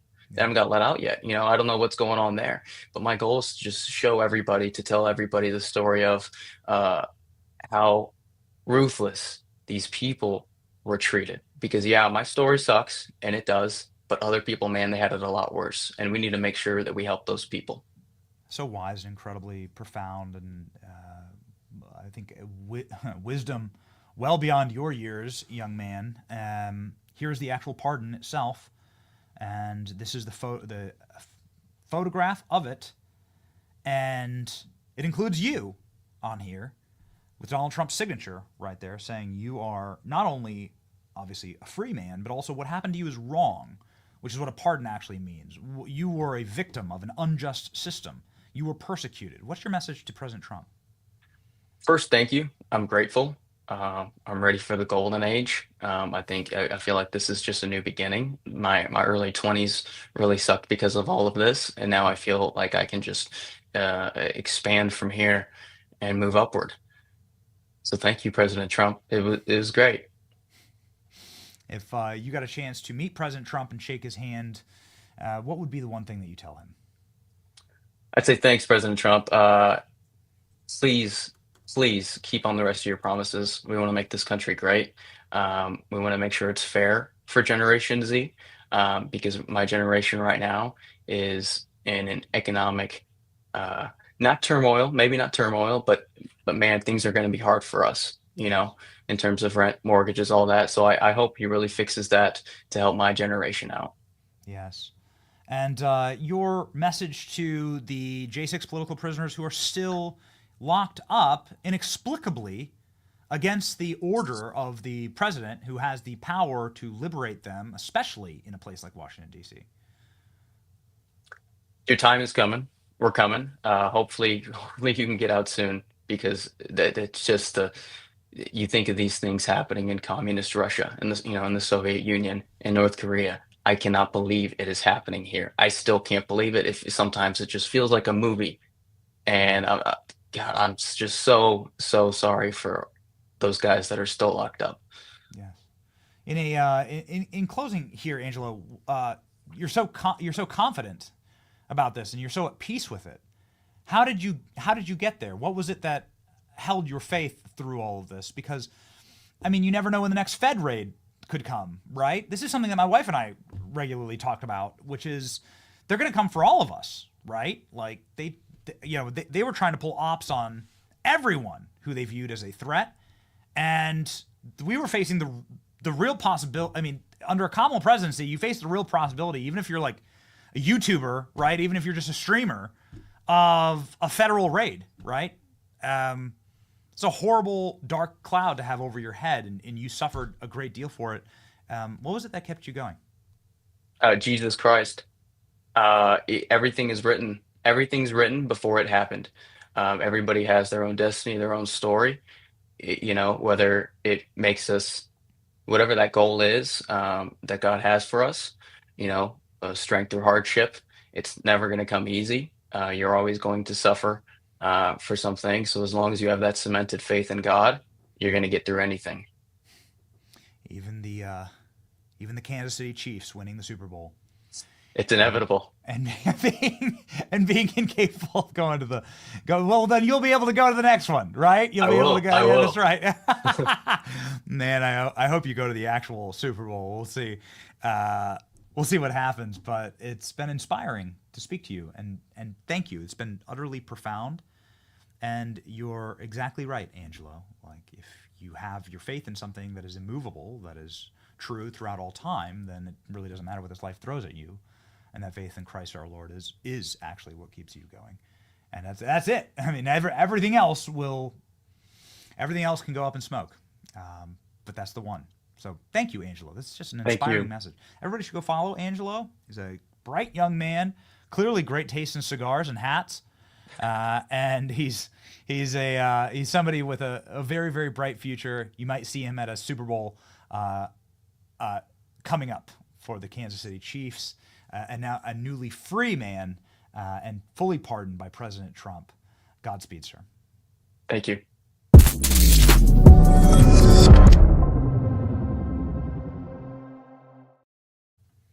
What a moment. What a moment. This did cause some consternation in our production chat, because we have Eagles fans in the production chat. The amazing Ashley is from Philadelphia, and she's screaming about the birds right now. Maybe she can spell Eagles, unlike the mayor of Philadelphia. And so maybe we'll put Ashley to the test one of these days. We'll bring her on the live, and we'll say, how do you spell Eagles? Let me put this up, just this image right here. This is the image. This is what I saw on January 6th. We've talked about this a lot. How we were there at the speech for President Trump. We were sitting right next to Alex Jones, of all people. It's actually my first time meeting Alex, and this was the single most patriotic, uplifting, warmest, happiest meeting of patriots. Look at how far back that goes, and that doesn't even include the stage. You're not even seeing like the stage. This is just the overflow. Do you understand? This is the overflow.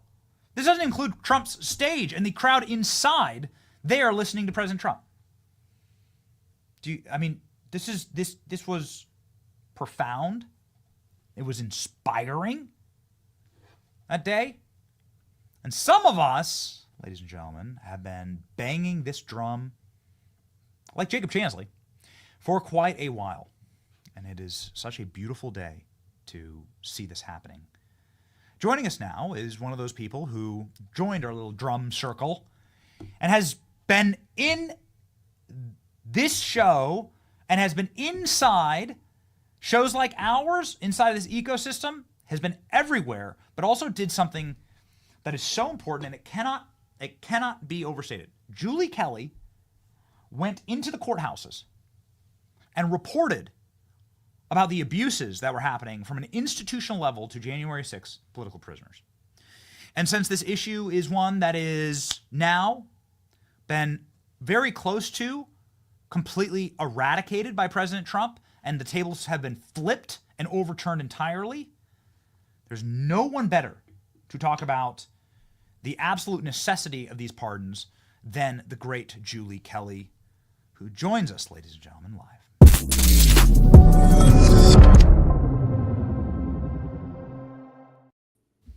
Julie, God bless you.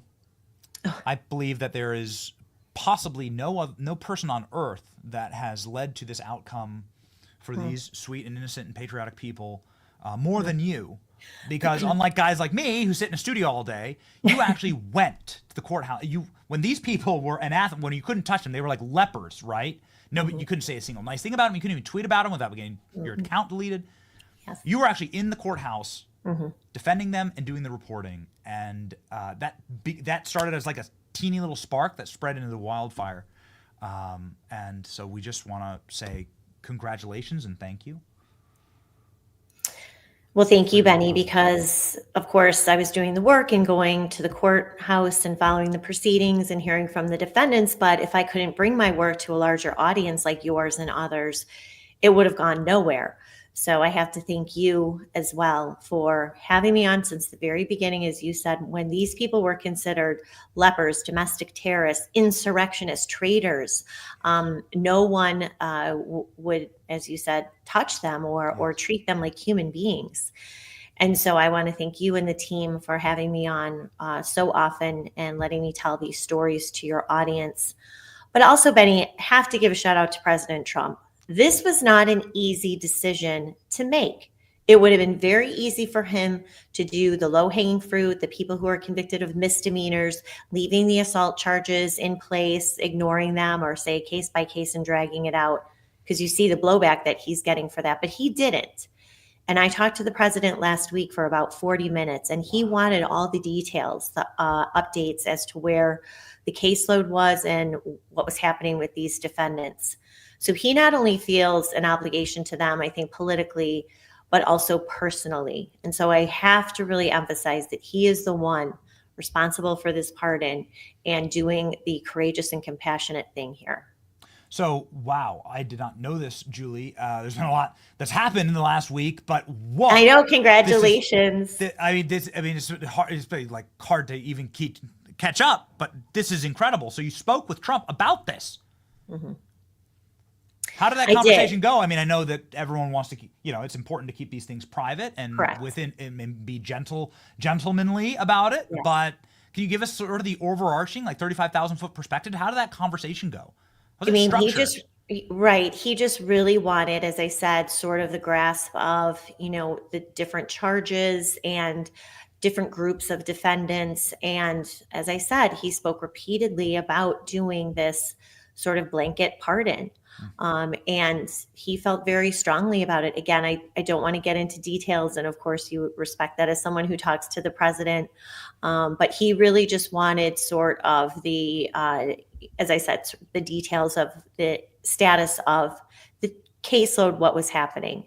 So I think that animated his thinking as to how to proceed. But it was very clear that this is what he wanted to do.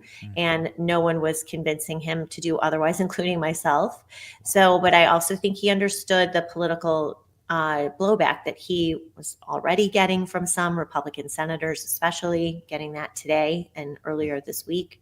So, but nonetheless, again, did the right thing. And so that's why I really have to commend him. I mean, Benny, you know this, he's been meeting with these J6 families and their children for over 2 years. So he's talked to them personally. He has brought them to Mar-a-Lago. He understands what they have been through, unlike Senator Thom Tillis or unlike Lisa Murkowski, who are out there now running their mouths saying they oppose these pardons for people who assaulted police. These are your constituents. These are people who were brutally targeted, prosecuted, and imprisoned by Joe Biden's DOJ. And all of a sudden, Donald Trump is the bad guy here. Shame on them. Tom Tillis especially should face a very strong primary opponent for a number of reasons, but especially what he has said before and after these pardons. They have no grasp of what's been happening here. None of them covered any of these J6 court proceedings. They wouldn't even meet with their own constituents. I know that also. And here they are hanging them out to dry once again. So thank you, President Trump. And thank you. Wow, what a story from Angelo. What an articulate young man. Really sad to hear his story, but good for him. These people are so resilient and still love their country no matter what has happened to them. And so thank you for having those J6ers on so they could share their stories. Yeah, we want to do more. I mean, we've been it's been building up, the last couple of days.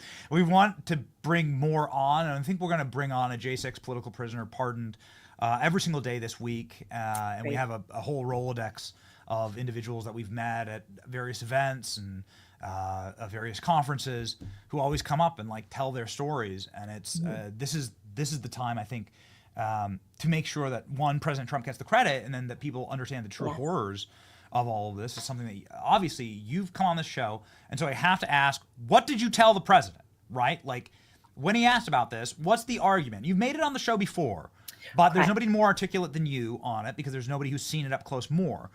Give me the rock solid Tom Tillis wetting his pants. It makes you wonder what they have on this guy. I mean, honestly, Julie. I mean, it makes you wonder, how compromised is this dude? Why is he going so hard in the paint for this thing that's already done? It's this guy's a real scumbag. He's clearly being operated.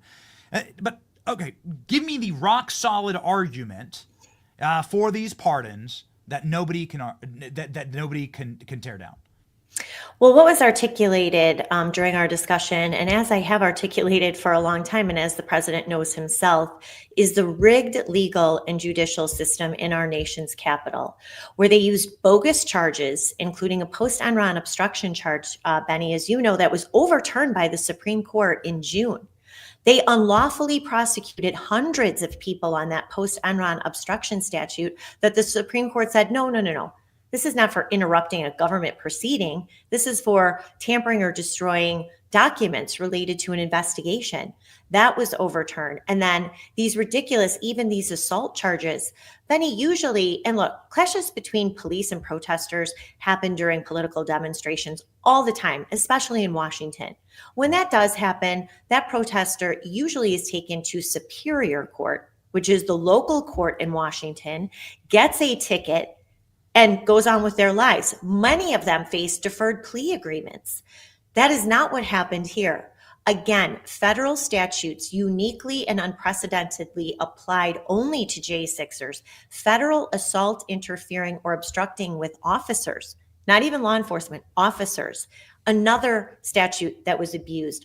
And then, of course, all of the misdemeanor charges and convictions that have never been used this way, political protesters who go into a building unauthorized or disrupt a Senate hearing, they're hauled away, slap on the wrist, $50 ticket. They're not charged with 4 or 5 federal misdemeanors, resulting in going to federal prison for months or up to a year, which is exactly what we've seen here. So it is the unequal application of justice, abuse of the law, refusing to move these trials out of Washington, D.C., and then imposing excessive prison sentences, using terror enhancements, even on nonviolent offenders, to make sure that these people spend years in prison.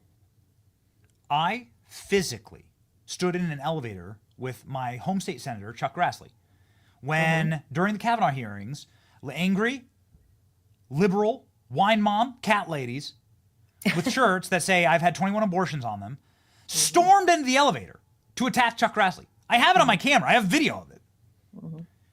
I stood next to Rand Paul after Donald Trump's speech at the RNC in 2020. Right. It was an interesting speech because it was at the White House, right? It was COVID protocol, so they had it outside of the White House. And we were walking out of the White House, and I watched Rand Paul get savagely beaten with his wife, right, by these left-wing orcs who are physically attacking for the purpose of killing United States senators. And no one went to prison. Nobody went to jail. Nobody was even charged, as far as I know, Julie. No. For these literal attacks on United States senators by violent left-wing mobsters, orcs, and goblins. And it makes my blood boil to this day. I hope and I pray that the Trump administration, when this inevitably happens and the mob is reactivated, right, that like these that we've learned our lessons, and that these protesters who do attack with the intent to kill and to damage and to hurt and to burn down, I hope that they get the literal book thrown at them. Well, here's what has to happen, Benny. We have a new DC U.S. Attorney, Ed Martin, who you may know. He's a friend of mine. He is a devout conservative, ran the Phyllis Schlafly Institute, a very good attorney. He has taken over for Matthew Graves. So here's what has to happen. The next time a bunch of crazy leftists disrupt a Senate hearing, or they start to demonstrate in Washington against immigration policies as migrants, immigrants, illegals are being deported. Once that happens, then the DC U.S. Attorney's Office, we have a precedent now. You get federal obstruction charges, you get federal civil disorder charges, you get federal misdemeanors. You're not going to Superior Court. You're going into the federal courthouse. You're going to face federal charges. Doesn't matter where you live, every proceeding is going to be in Washington. We're going to throw the book at you, and then we're going to sentence you to prison for years on federal offenses, never before applied before January 6th, but new rules. That's how it goes. New rules. And, you know, it sucks because if you are a lib, this sucks because Republicans don't actually often or ever really demonstrate in Washington, D.C. This is like kind of the op here, right? This was the first time there was a very large march in D.C. for the right, really just people that wanted the Constitution upheld.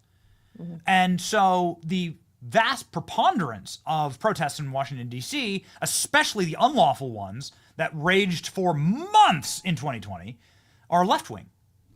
And so good luck. Like, you're not going to be able to reverse that reflex the first time that, like, this is going to happen again, whether it's Hamas, the Hamas protest, whatever it is.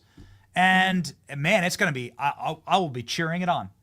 I'll say, yeah, you know what? Tough luck. You blocked a senator from getting into an elevator, you're going to prison for 22 years. Exactly.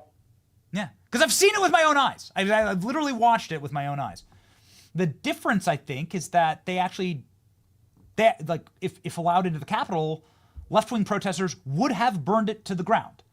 One of my most viral videos ever was 5 years ago when I interviewed people outside of the White House that were protesting Donald Trump, and I asked them what they would want to do if they caught Donald Trump. And every one of them said they'd murder Trump. Every one. Like, openly talking about the reason we're storming the White House is to murder and kill Trump. And to burn it down. To burn the White House down. So, on the level, like, that's what these people are. That's who they are. That's, like, what's in their hearts. They're not like peaceful, beautiful sweethearts like Jacob Chansley, who just wanted to say a prayer and be really happy and like hug the officers, which is what that man did. Yes, he actually. did. Yeah. It's gonna, yeah. I hope for it, right? Bring on the first protest. Mm-hmm. Yeah. Sorry. Absolutely. And to your point, Benny, what happened in the summer of 2020 was just 6 months before January 6th. It wasn't 6 years. All of this had been happening. Federal police officers attacked, assaulted by protesters. Federal property destroyed. They tried to scale the fences at the White House, resulting in the lockdown of the White House in June of 2020. This is 6-7 months before January 6th. It's not like it was far, a long time ago. Not only were all those cases dropped, the same DC U.S. Attorney, Matthew Graves, entered into an agreement with BLM protesters who were suing the police for excessive force. He dropped all of the charges and then entered into an agreement and criticized police for their handling of the mobs in May and June of 2020. J6ers who yelled at a police officer, grabbed a baton, grabbed a riot shield, screamed at a cop who was probably assaulting another protester. No, they get the book thrown at them, pretrial detention, excessive charges, excessive sentences, rotting in federal prisons across this country for years. It'll be nice to see this reversal, and I just can't wait. I'm going to do my very best to tell libs. I'm going to tweet every single day, libs, it's time to go march on DC and protest. And it's like please, like, go. I'm very much looking forward to this. All January 6th political prisoners are not yet free. Perhaps you could inform me if I'm incorrect here, but based on the available reporting that I've seen, the DC federal courthouse, the DC federal prison is still holding some J6 political prisoners in spite of this pardon. Can you give us an update on the totality of the releases? I think most of them have been released. I'm trying to get updates in between the interviews and everything that's going on. But I did just post this, Benny. These judges are not going down without a fight, because this has been their life's work for 4 years. This is their big achievement as judges, is overseeing the so-called Capitol siege investigation. They have thrown their blood, sweat, and tears into even minor misdemeanor cases. And so what I just posted, and so they're foot dragging. So Judge Tim Kelly, for example, he forced one J6er to stay in prison for an extra night while he delayed dismissing vacating his detention order. He still hasn't dismissed the case, as he should. You have another one, Judge Colleen Kolar-Catelli, 6-page rant she just filed this morning, that none of this erases what happened on January 6th. Nothing will change the facts here. All the police officers who died after January 6th, a full-out lie. So she just issued this 6-page rant, and then she finally had to concede that she had to dismiss the case. Reggie Walton, another one with a footnote, I'll be posting that later, a footnote saying, well, yes, we were forced to dismiss this case only because of the president's order, but here's all the charges. Here's what happened in this case. So they're doing that so they can help the media continue to shape the narrative of January 6th, that all these dangerous cop killers and dangerous cop assaulters have been let free by Donald Trump. So these judges working till the last minute to torment these J6ers as long as they can, and then what they think is have the final word. Well, they can't have the final word, Benny, because as you and I have talked about, those are the real villains in the J6 prosecution. Nothing happens without their imprimatur. They need to be held accountable. We need to hold hearings. They need to be investigated for, yes, possibly conspiring to deny the rights of American citizens, because they are as guilty, if not worse so, than the prosecutors who brought these charges. So just really quickly here, because I know we're up against a hard out. These judges, what happens next? How do you disrobe, disbar? I'm not even sure what the actual term is. I've seen some photos of these judges. I don't want them to disrobe. But how do you? No, you don't. Okay. But whatever the correct legal term is for it, what's the process of doing that? Now, I know what Mike Davis would say, right? Like lock them all up in Guantanamo Bay. Right. You know, and I'm aware, I got it. Okay, got it, Mike. But what's the next step that needs to happen from a legal perspective to ensure not just the judges, but Matthew Graves? Are there going to be civil lawsuits against Merrick Garland, the Department of Justice? How can the pain be brought now by these people, either from the inside or outside, to ensure that equal and appropriate pain is visited upon those who created these crimes? So Matthew Graves, the former DC U.S. attorney, absolutely has to be investigated, as well as his prosecutors. And I would start with using that unlawful 1512C2, how they continued to apply it when they knew that it was wrong, how they continued to bring the charge even after the Supreme Court granted cert in the Fisher case that signaled that they were going to reverse how DOJ was using it. And then after the Supreme Court reversed it, continue to hold people in custody on that conviction, even though the Supreme Court reversed it. So that would be one. Also conspiring, of course, to and working with these judges to deny change of venue motions, forcing every trial to go before DC juries, looking at potential of juror recycling in those cases. That's one thing I've heard from defense attorneys. Think of how small Washington, D.C. is. They've held up to 160 trials in that town in the past 3 years. So there is a lot that can be investigated there. The judges, look, Republicans don't have the guts to impeach a single judge, even the worst offenders. But my understanding is that Congress can reassign those judges outside of Washington or put them on the Superior Court handling local crimes, demote them as much as you possibly can, force them to retire, including some of them who can't even get out of their chair, like Royce Lambert, the Reagan appointee, and get some new blood in there. And the new U.S. District Attorney, can you, I know he follows us on X, and it's an honor. I hope that he'll come on the show. can you give us, because he's your friend, can you give us just a quick overview of what life's going to be like for criminals in Washington, D.C. now?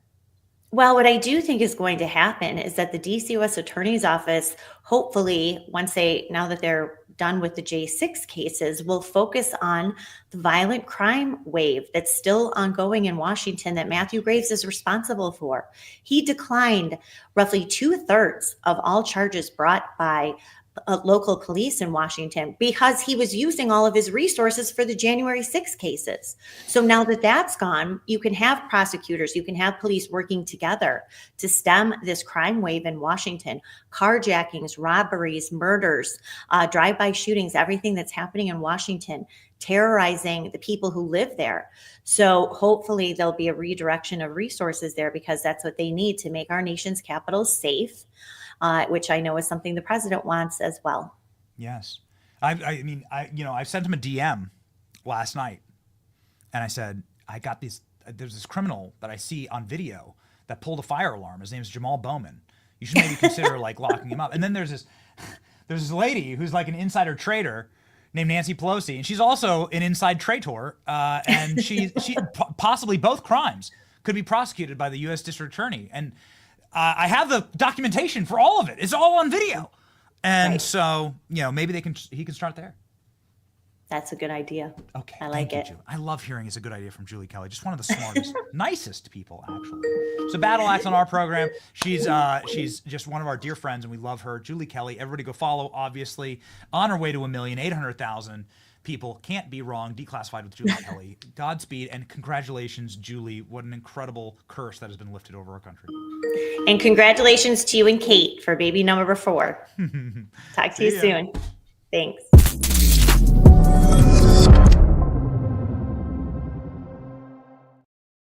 Man, we are rocking and we are rolling. We are back. Ladies and gentlemen, team no sleep. Team never quit. Team always grind. No matter what, we are locked in and connected. Our friends at Patriot Mobile make that happen. Patriot Mobile, ladies and gentlemen, is the company that is the Christian conservative wireless provider that keeps our show up and going on the road, regardless of what is happening, whether we are in Canada, whether we are in the hospital here, whether we are celebrating in Washington, D.C., as much of our team was over the inauguration. ALX, I'm not even sure he has his voice back. ALX, first time he called me, he's like, I can't talk. He's partying too much. ALX. He's doing a great job. Or whether we're in San Francisco, covering the rot there. It's going to be a amazing year for this program. We're going to go a lot of places. It's going to be very exciting. And ladies and gentlemen, Patriot Mobile will be with us, keeping us connected to you. Right now, go to patriotmobile.com/Benny, patriotmobile.com/Benny. Call 972-PATRIOT for a free month of service with the promo code Benny. So shoot Patriot Mobile today to defend freedom with every single text and call that you make. patriotmobile.com/Benny. Well, ladies and gentlemen, I have glorious news. Border Czar Tom Homan announces that all ICE deportations have begun. There are literally hundreds, if not thousands of people being deported right now. Border Czar Tom Homan said America on Fox News that the American deportations have now officially begun. No, it started, Tom Homan said. We start these today. We gave them direction to prioritize public safety threats. We've been working on a target list. There's a literal list. There was some discussion about Chicago because the Pacific Operational Plan was released.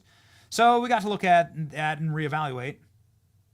The deportations start now.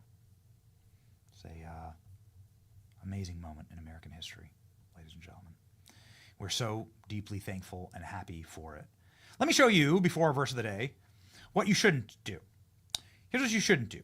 You shouldn't sit on a lectern when you're facing President Trump and advocate against the Bible, right? Against the Bible. The scriptures, ladies and gentlemen, say that God made man and woman. That's what the scriptures say. I'm sorry that that hurts your feelings. But if you are a member of the cloth, as it were, then it's important for you to not sit there, especially when you're in the presence of the president, who just sworn in 24 hours ago, and deliver some type of screechy, anti-biblical sermon to him. But this is exactly what happened. Here we go. Let me make one final plea, Mr. President. Millions have put their trust in you. And as you told the nation yesterday, you have felt the providential hand of a loving God. In the name of our God, I ask you to have mercy upon the people in our country who are scared now. There are gay, lesbian, and transgender children in Democratic, Republican, and independent families, some who fear for their lives.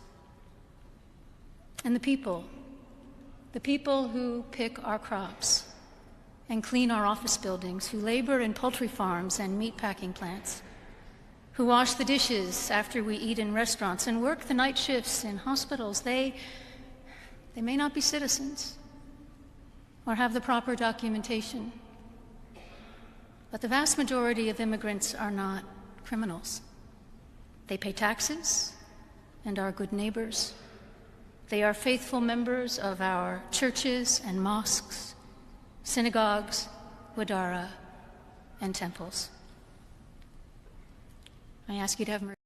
Enough. I'm really like, enough. I've heard enough. It's blasphemous. I can explain to you why. Genesis 1, verse 27. God created man in his own image. In the image of God, he created him, male and female. God created them. So if you're talking about the scared trans children and you're using the Bible and God as your foundation for that, then you should relook at the scriptures and what they say about God's creation.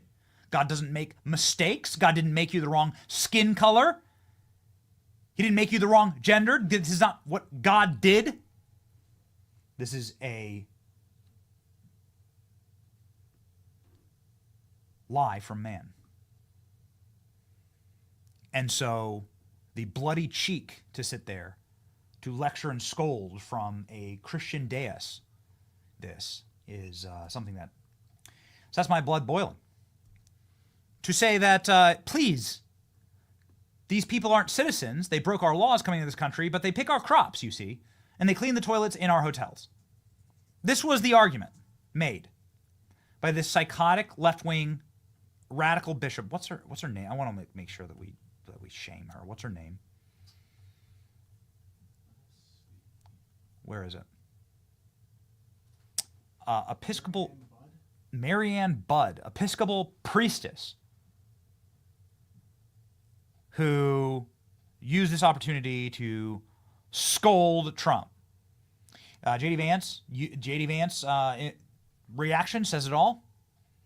Here's there are gay, lesbian, and transgender children in Democratic, Republican, and independent families, some who fear for their lives. Yeah, okay. The Jim from The Office expression from J.D. Vance. We were not going to get tired of that. We actually, when we met J.D. Vance at Mar-a-Lago after the victory, I asked him to do the meme with us. This was the ask. Like, we take a photo. We had a nice little conversation. I was like, can we take a photo together? And he was like, yeah, totally. I was like, can we do the J.D. Vance meme? This expression will come in handy, I think. As wokeness dies, as wokeness is destroyed and eradicated in our society, this is going to be this is going to be that are going to go down screaming and raging, and this is going to be an important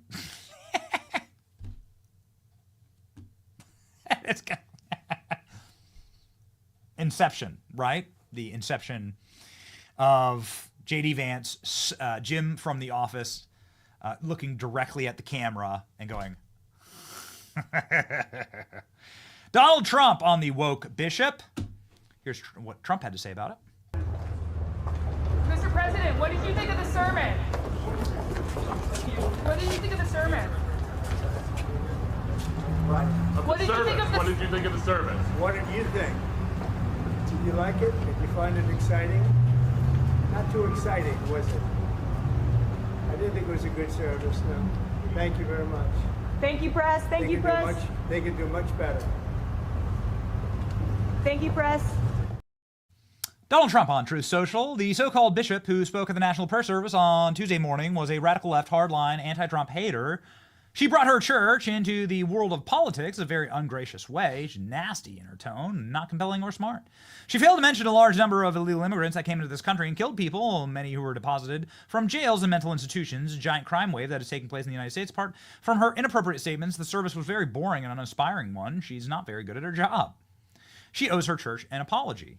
And whoever allowed, I mean, you've got to have better vetting, quite frankly, from this perspective as well. Like, you can't, if given the opportunity, you know, these people, they don't actually serve the Church of God. What they serve is the cult of wokeism. It is hedonistic. It is something that is truly a cult. It is an abomination to the Christian church and to the values of our Lord and Savior. And so you cannot let those people get into a position of power where they're able to genuflect and lecture. And so I really hope that there's better vetting next time. This priestess, that's the correct term, this priestess is somebody who's been at like anti-Trump marches and like it's like spoken out against Trump before. So don't let that person take the mic, right? Like somebody who's gone to anti-Trump marches and like screaming and frothing at the mouth and no, enough. We're done with that. We're done. The country's done. It's amazing. Donald Trump actually has a net positive favorability rating for the first time ever in the Real Clear Politics aggregate. The nation wants Donald Trump to right the ship. They want this fixed. And ladies and gentlemen, I cannot explain and express enough how profoundly wonderful it is to be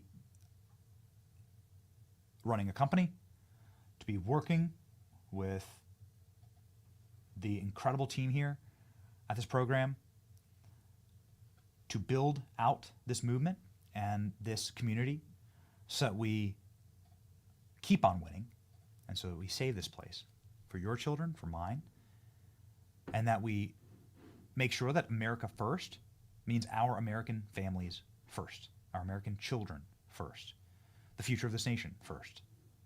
And this is what you're seeing right now. And damn, it's inspiring. Verse of the day from Isaiah 65. See, I create new heavens and a new earth. The former things will not be remembered, nor will they come to mind. The new heavens and earth, a fresh start, revitalization, rebuilding, rebirth of this nation is at hand. It's been promised to us, ladies and gentlemen, and it has been the honor of my lifetime to actually get a front row seat to seeing all of this with you. And this is the reason, ladies and gentlemen, that we do this. If you wish, please go on over to BennyJohnson.com, sign up for the brigade, and make sure that you put a question in the Ask Benny Anything question jar. That's something that we do every single Friday. And as we have long promised you, ladies and gentlemen, we're going to be unveiling some really, really fun features for the community there and for the communities that we have across social media. We're just getting started. It's been a wild run, and obviously we've had a lot of distractions, all of them very, very good, and we're going to be locking in. This is going to be your front row seat to the golden era, and you're in the right spot. So thank you for following along and supporting us and making this all possible. This is a family. This is a small business, a family company, and you're our family. And so, man, it's an inspiring way to kick off the new year. It's your boy Benny, marching alongside of you. Can't defeat an army of happy warriors. See ya.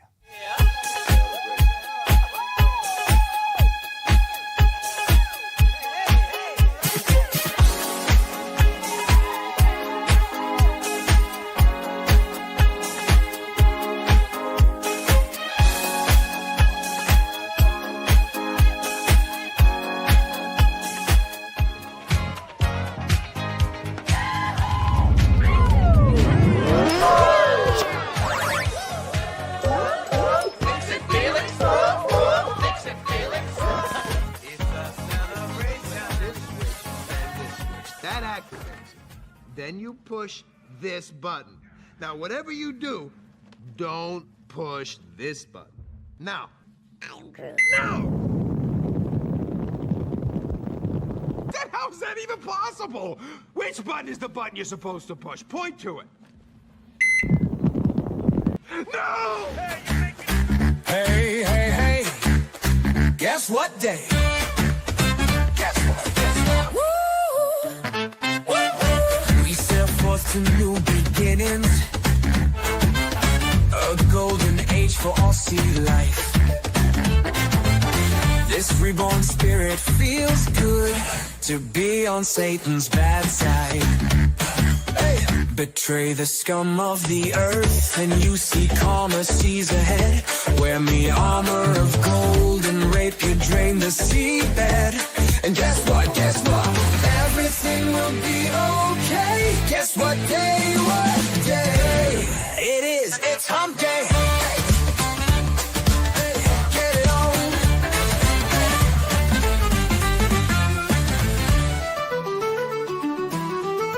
The biggest ships in the sea, all owned by the oldest kings, and their dying legacy, media deal weeds. Soon will the Benny Show come to mind us all from Lives for Fun. Leave the gold and bring the gun, we sail for #1.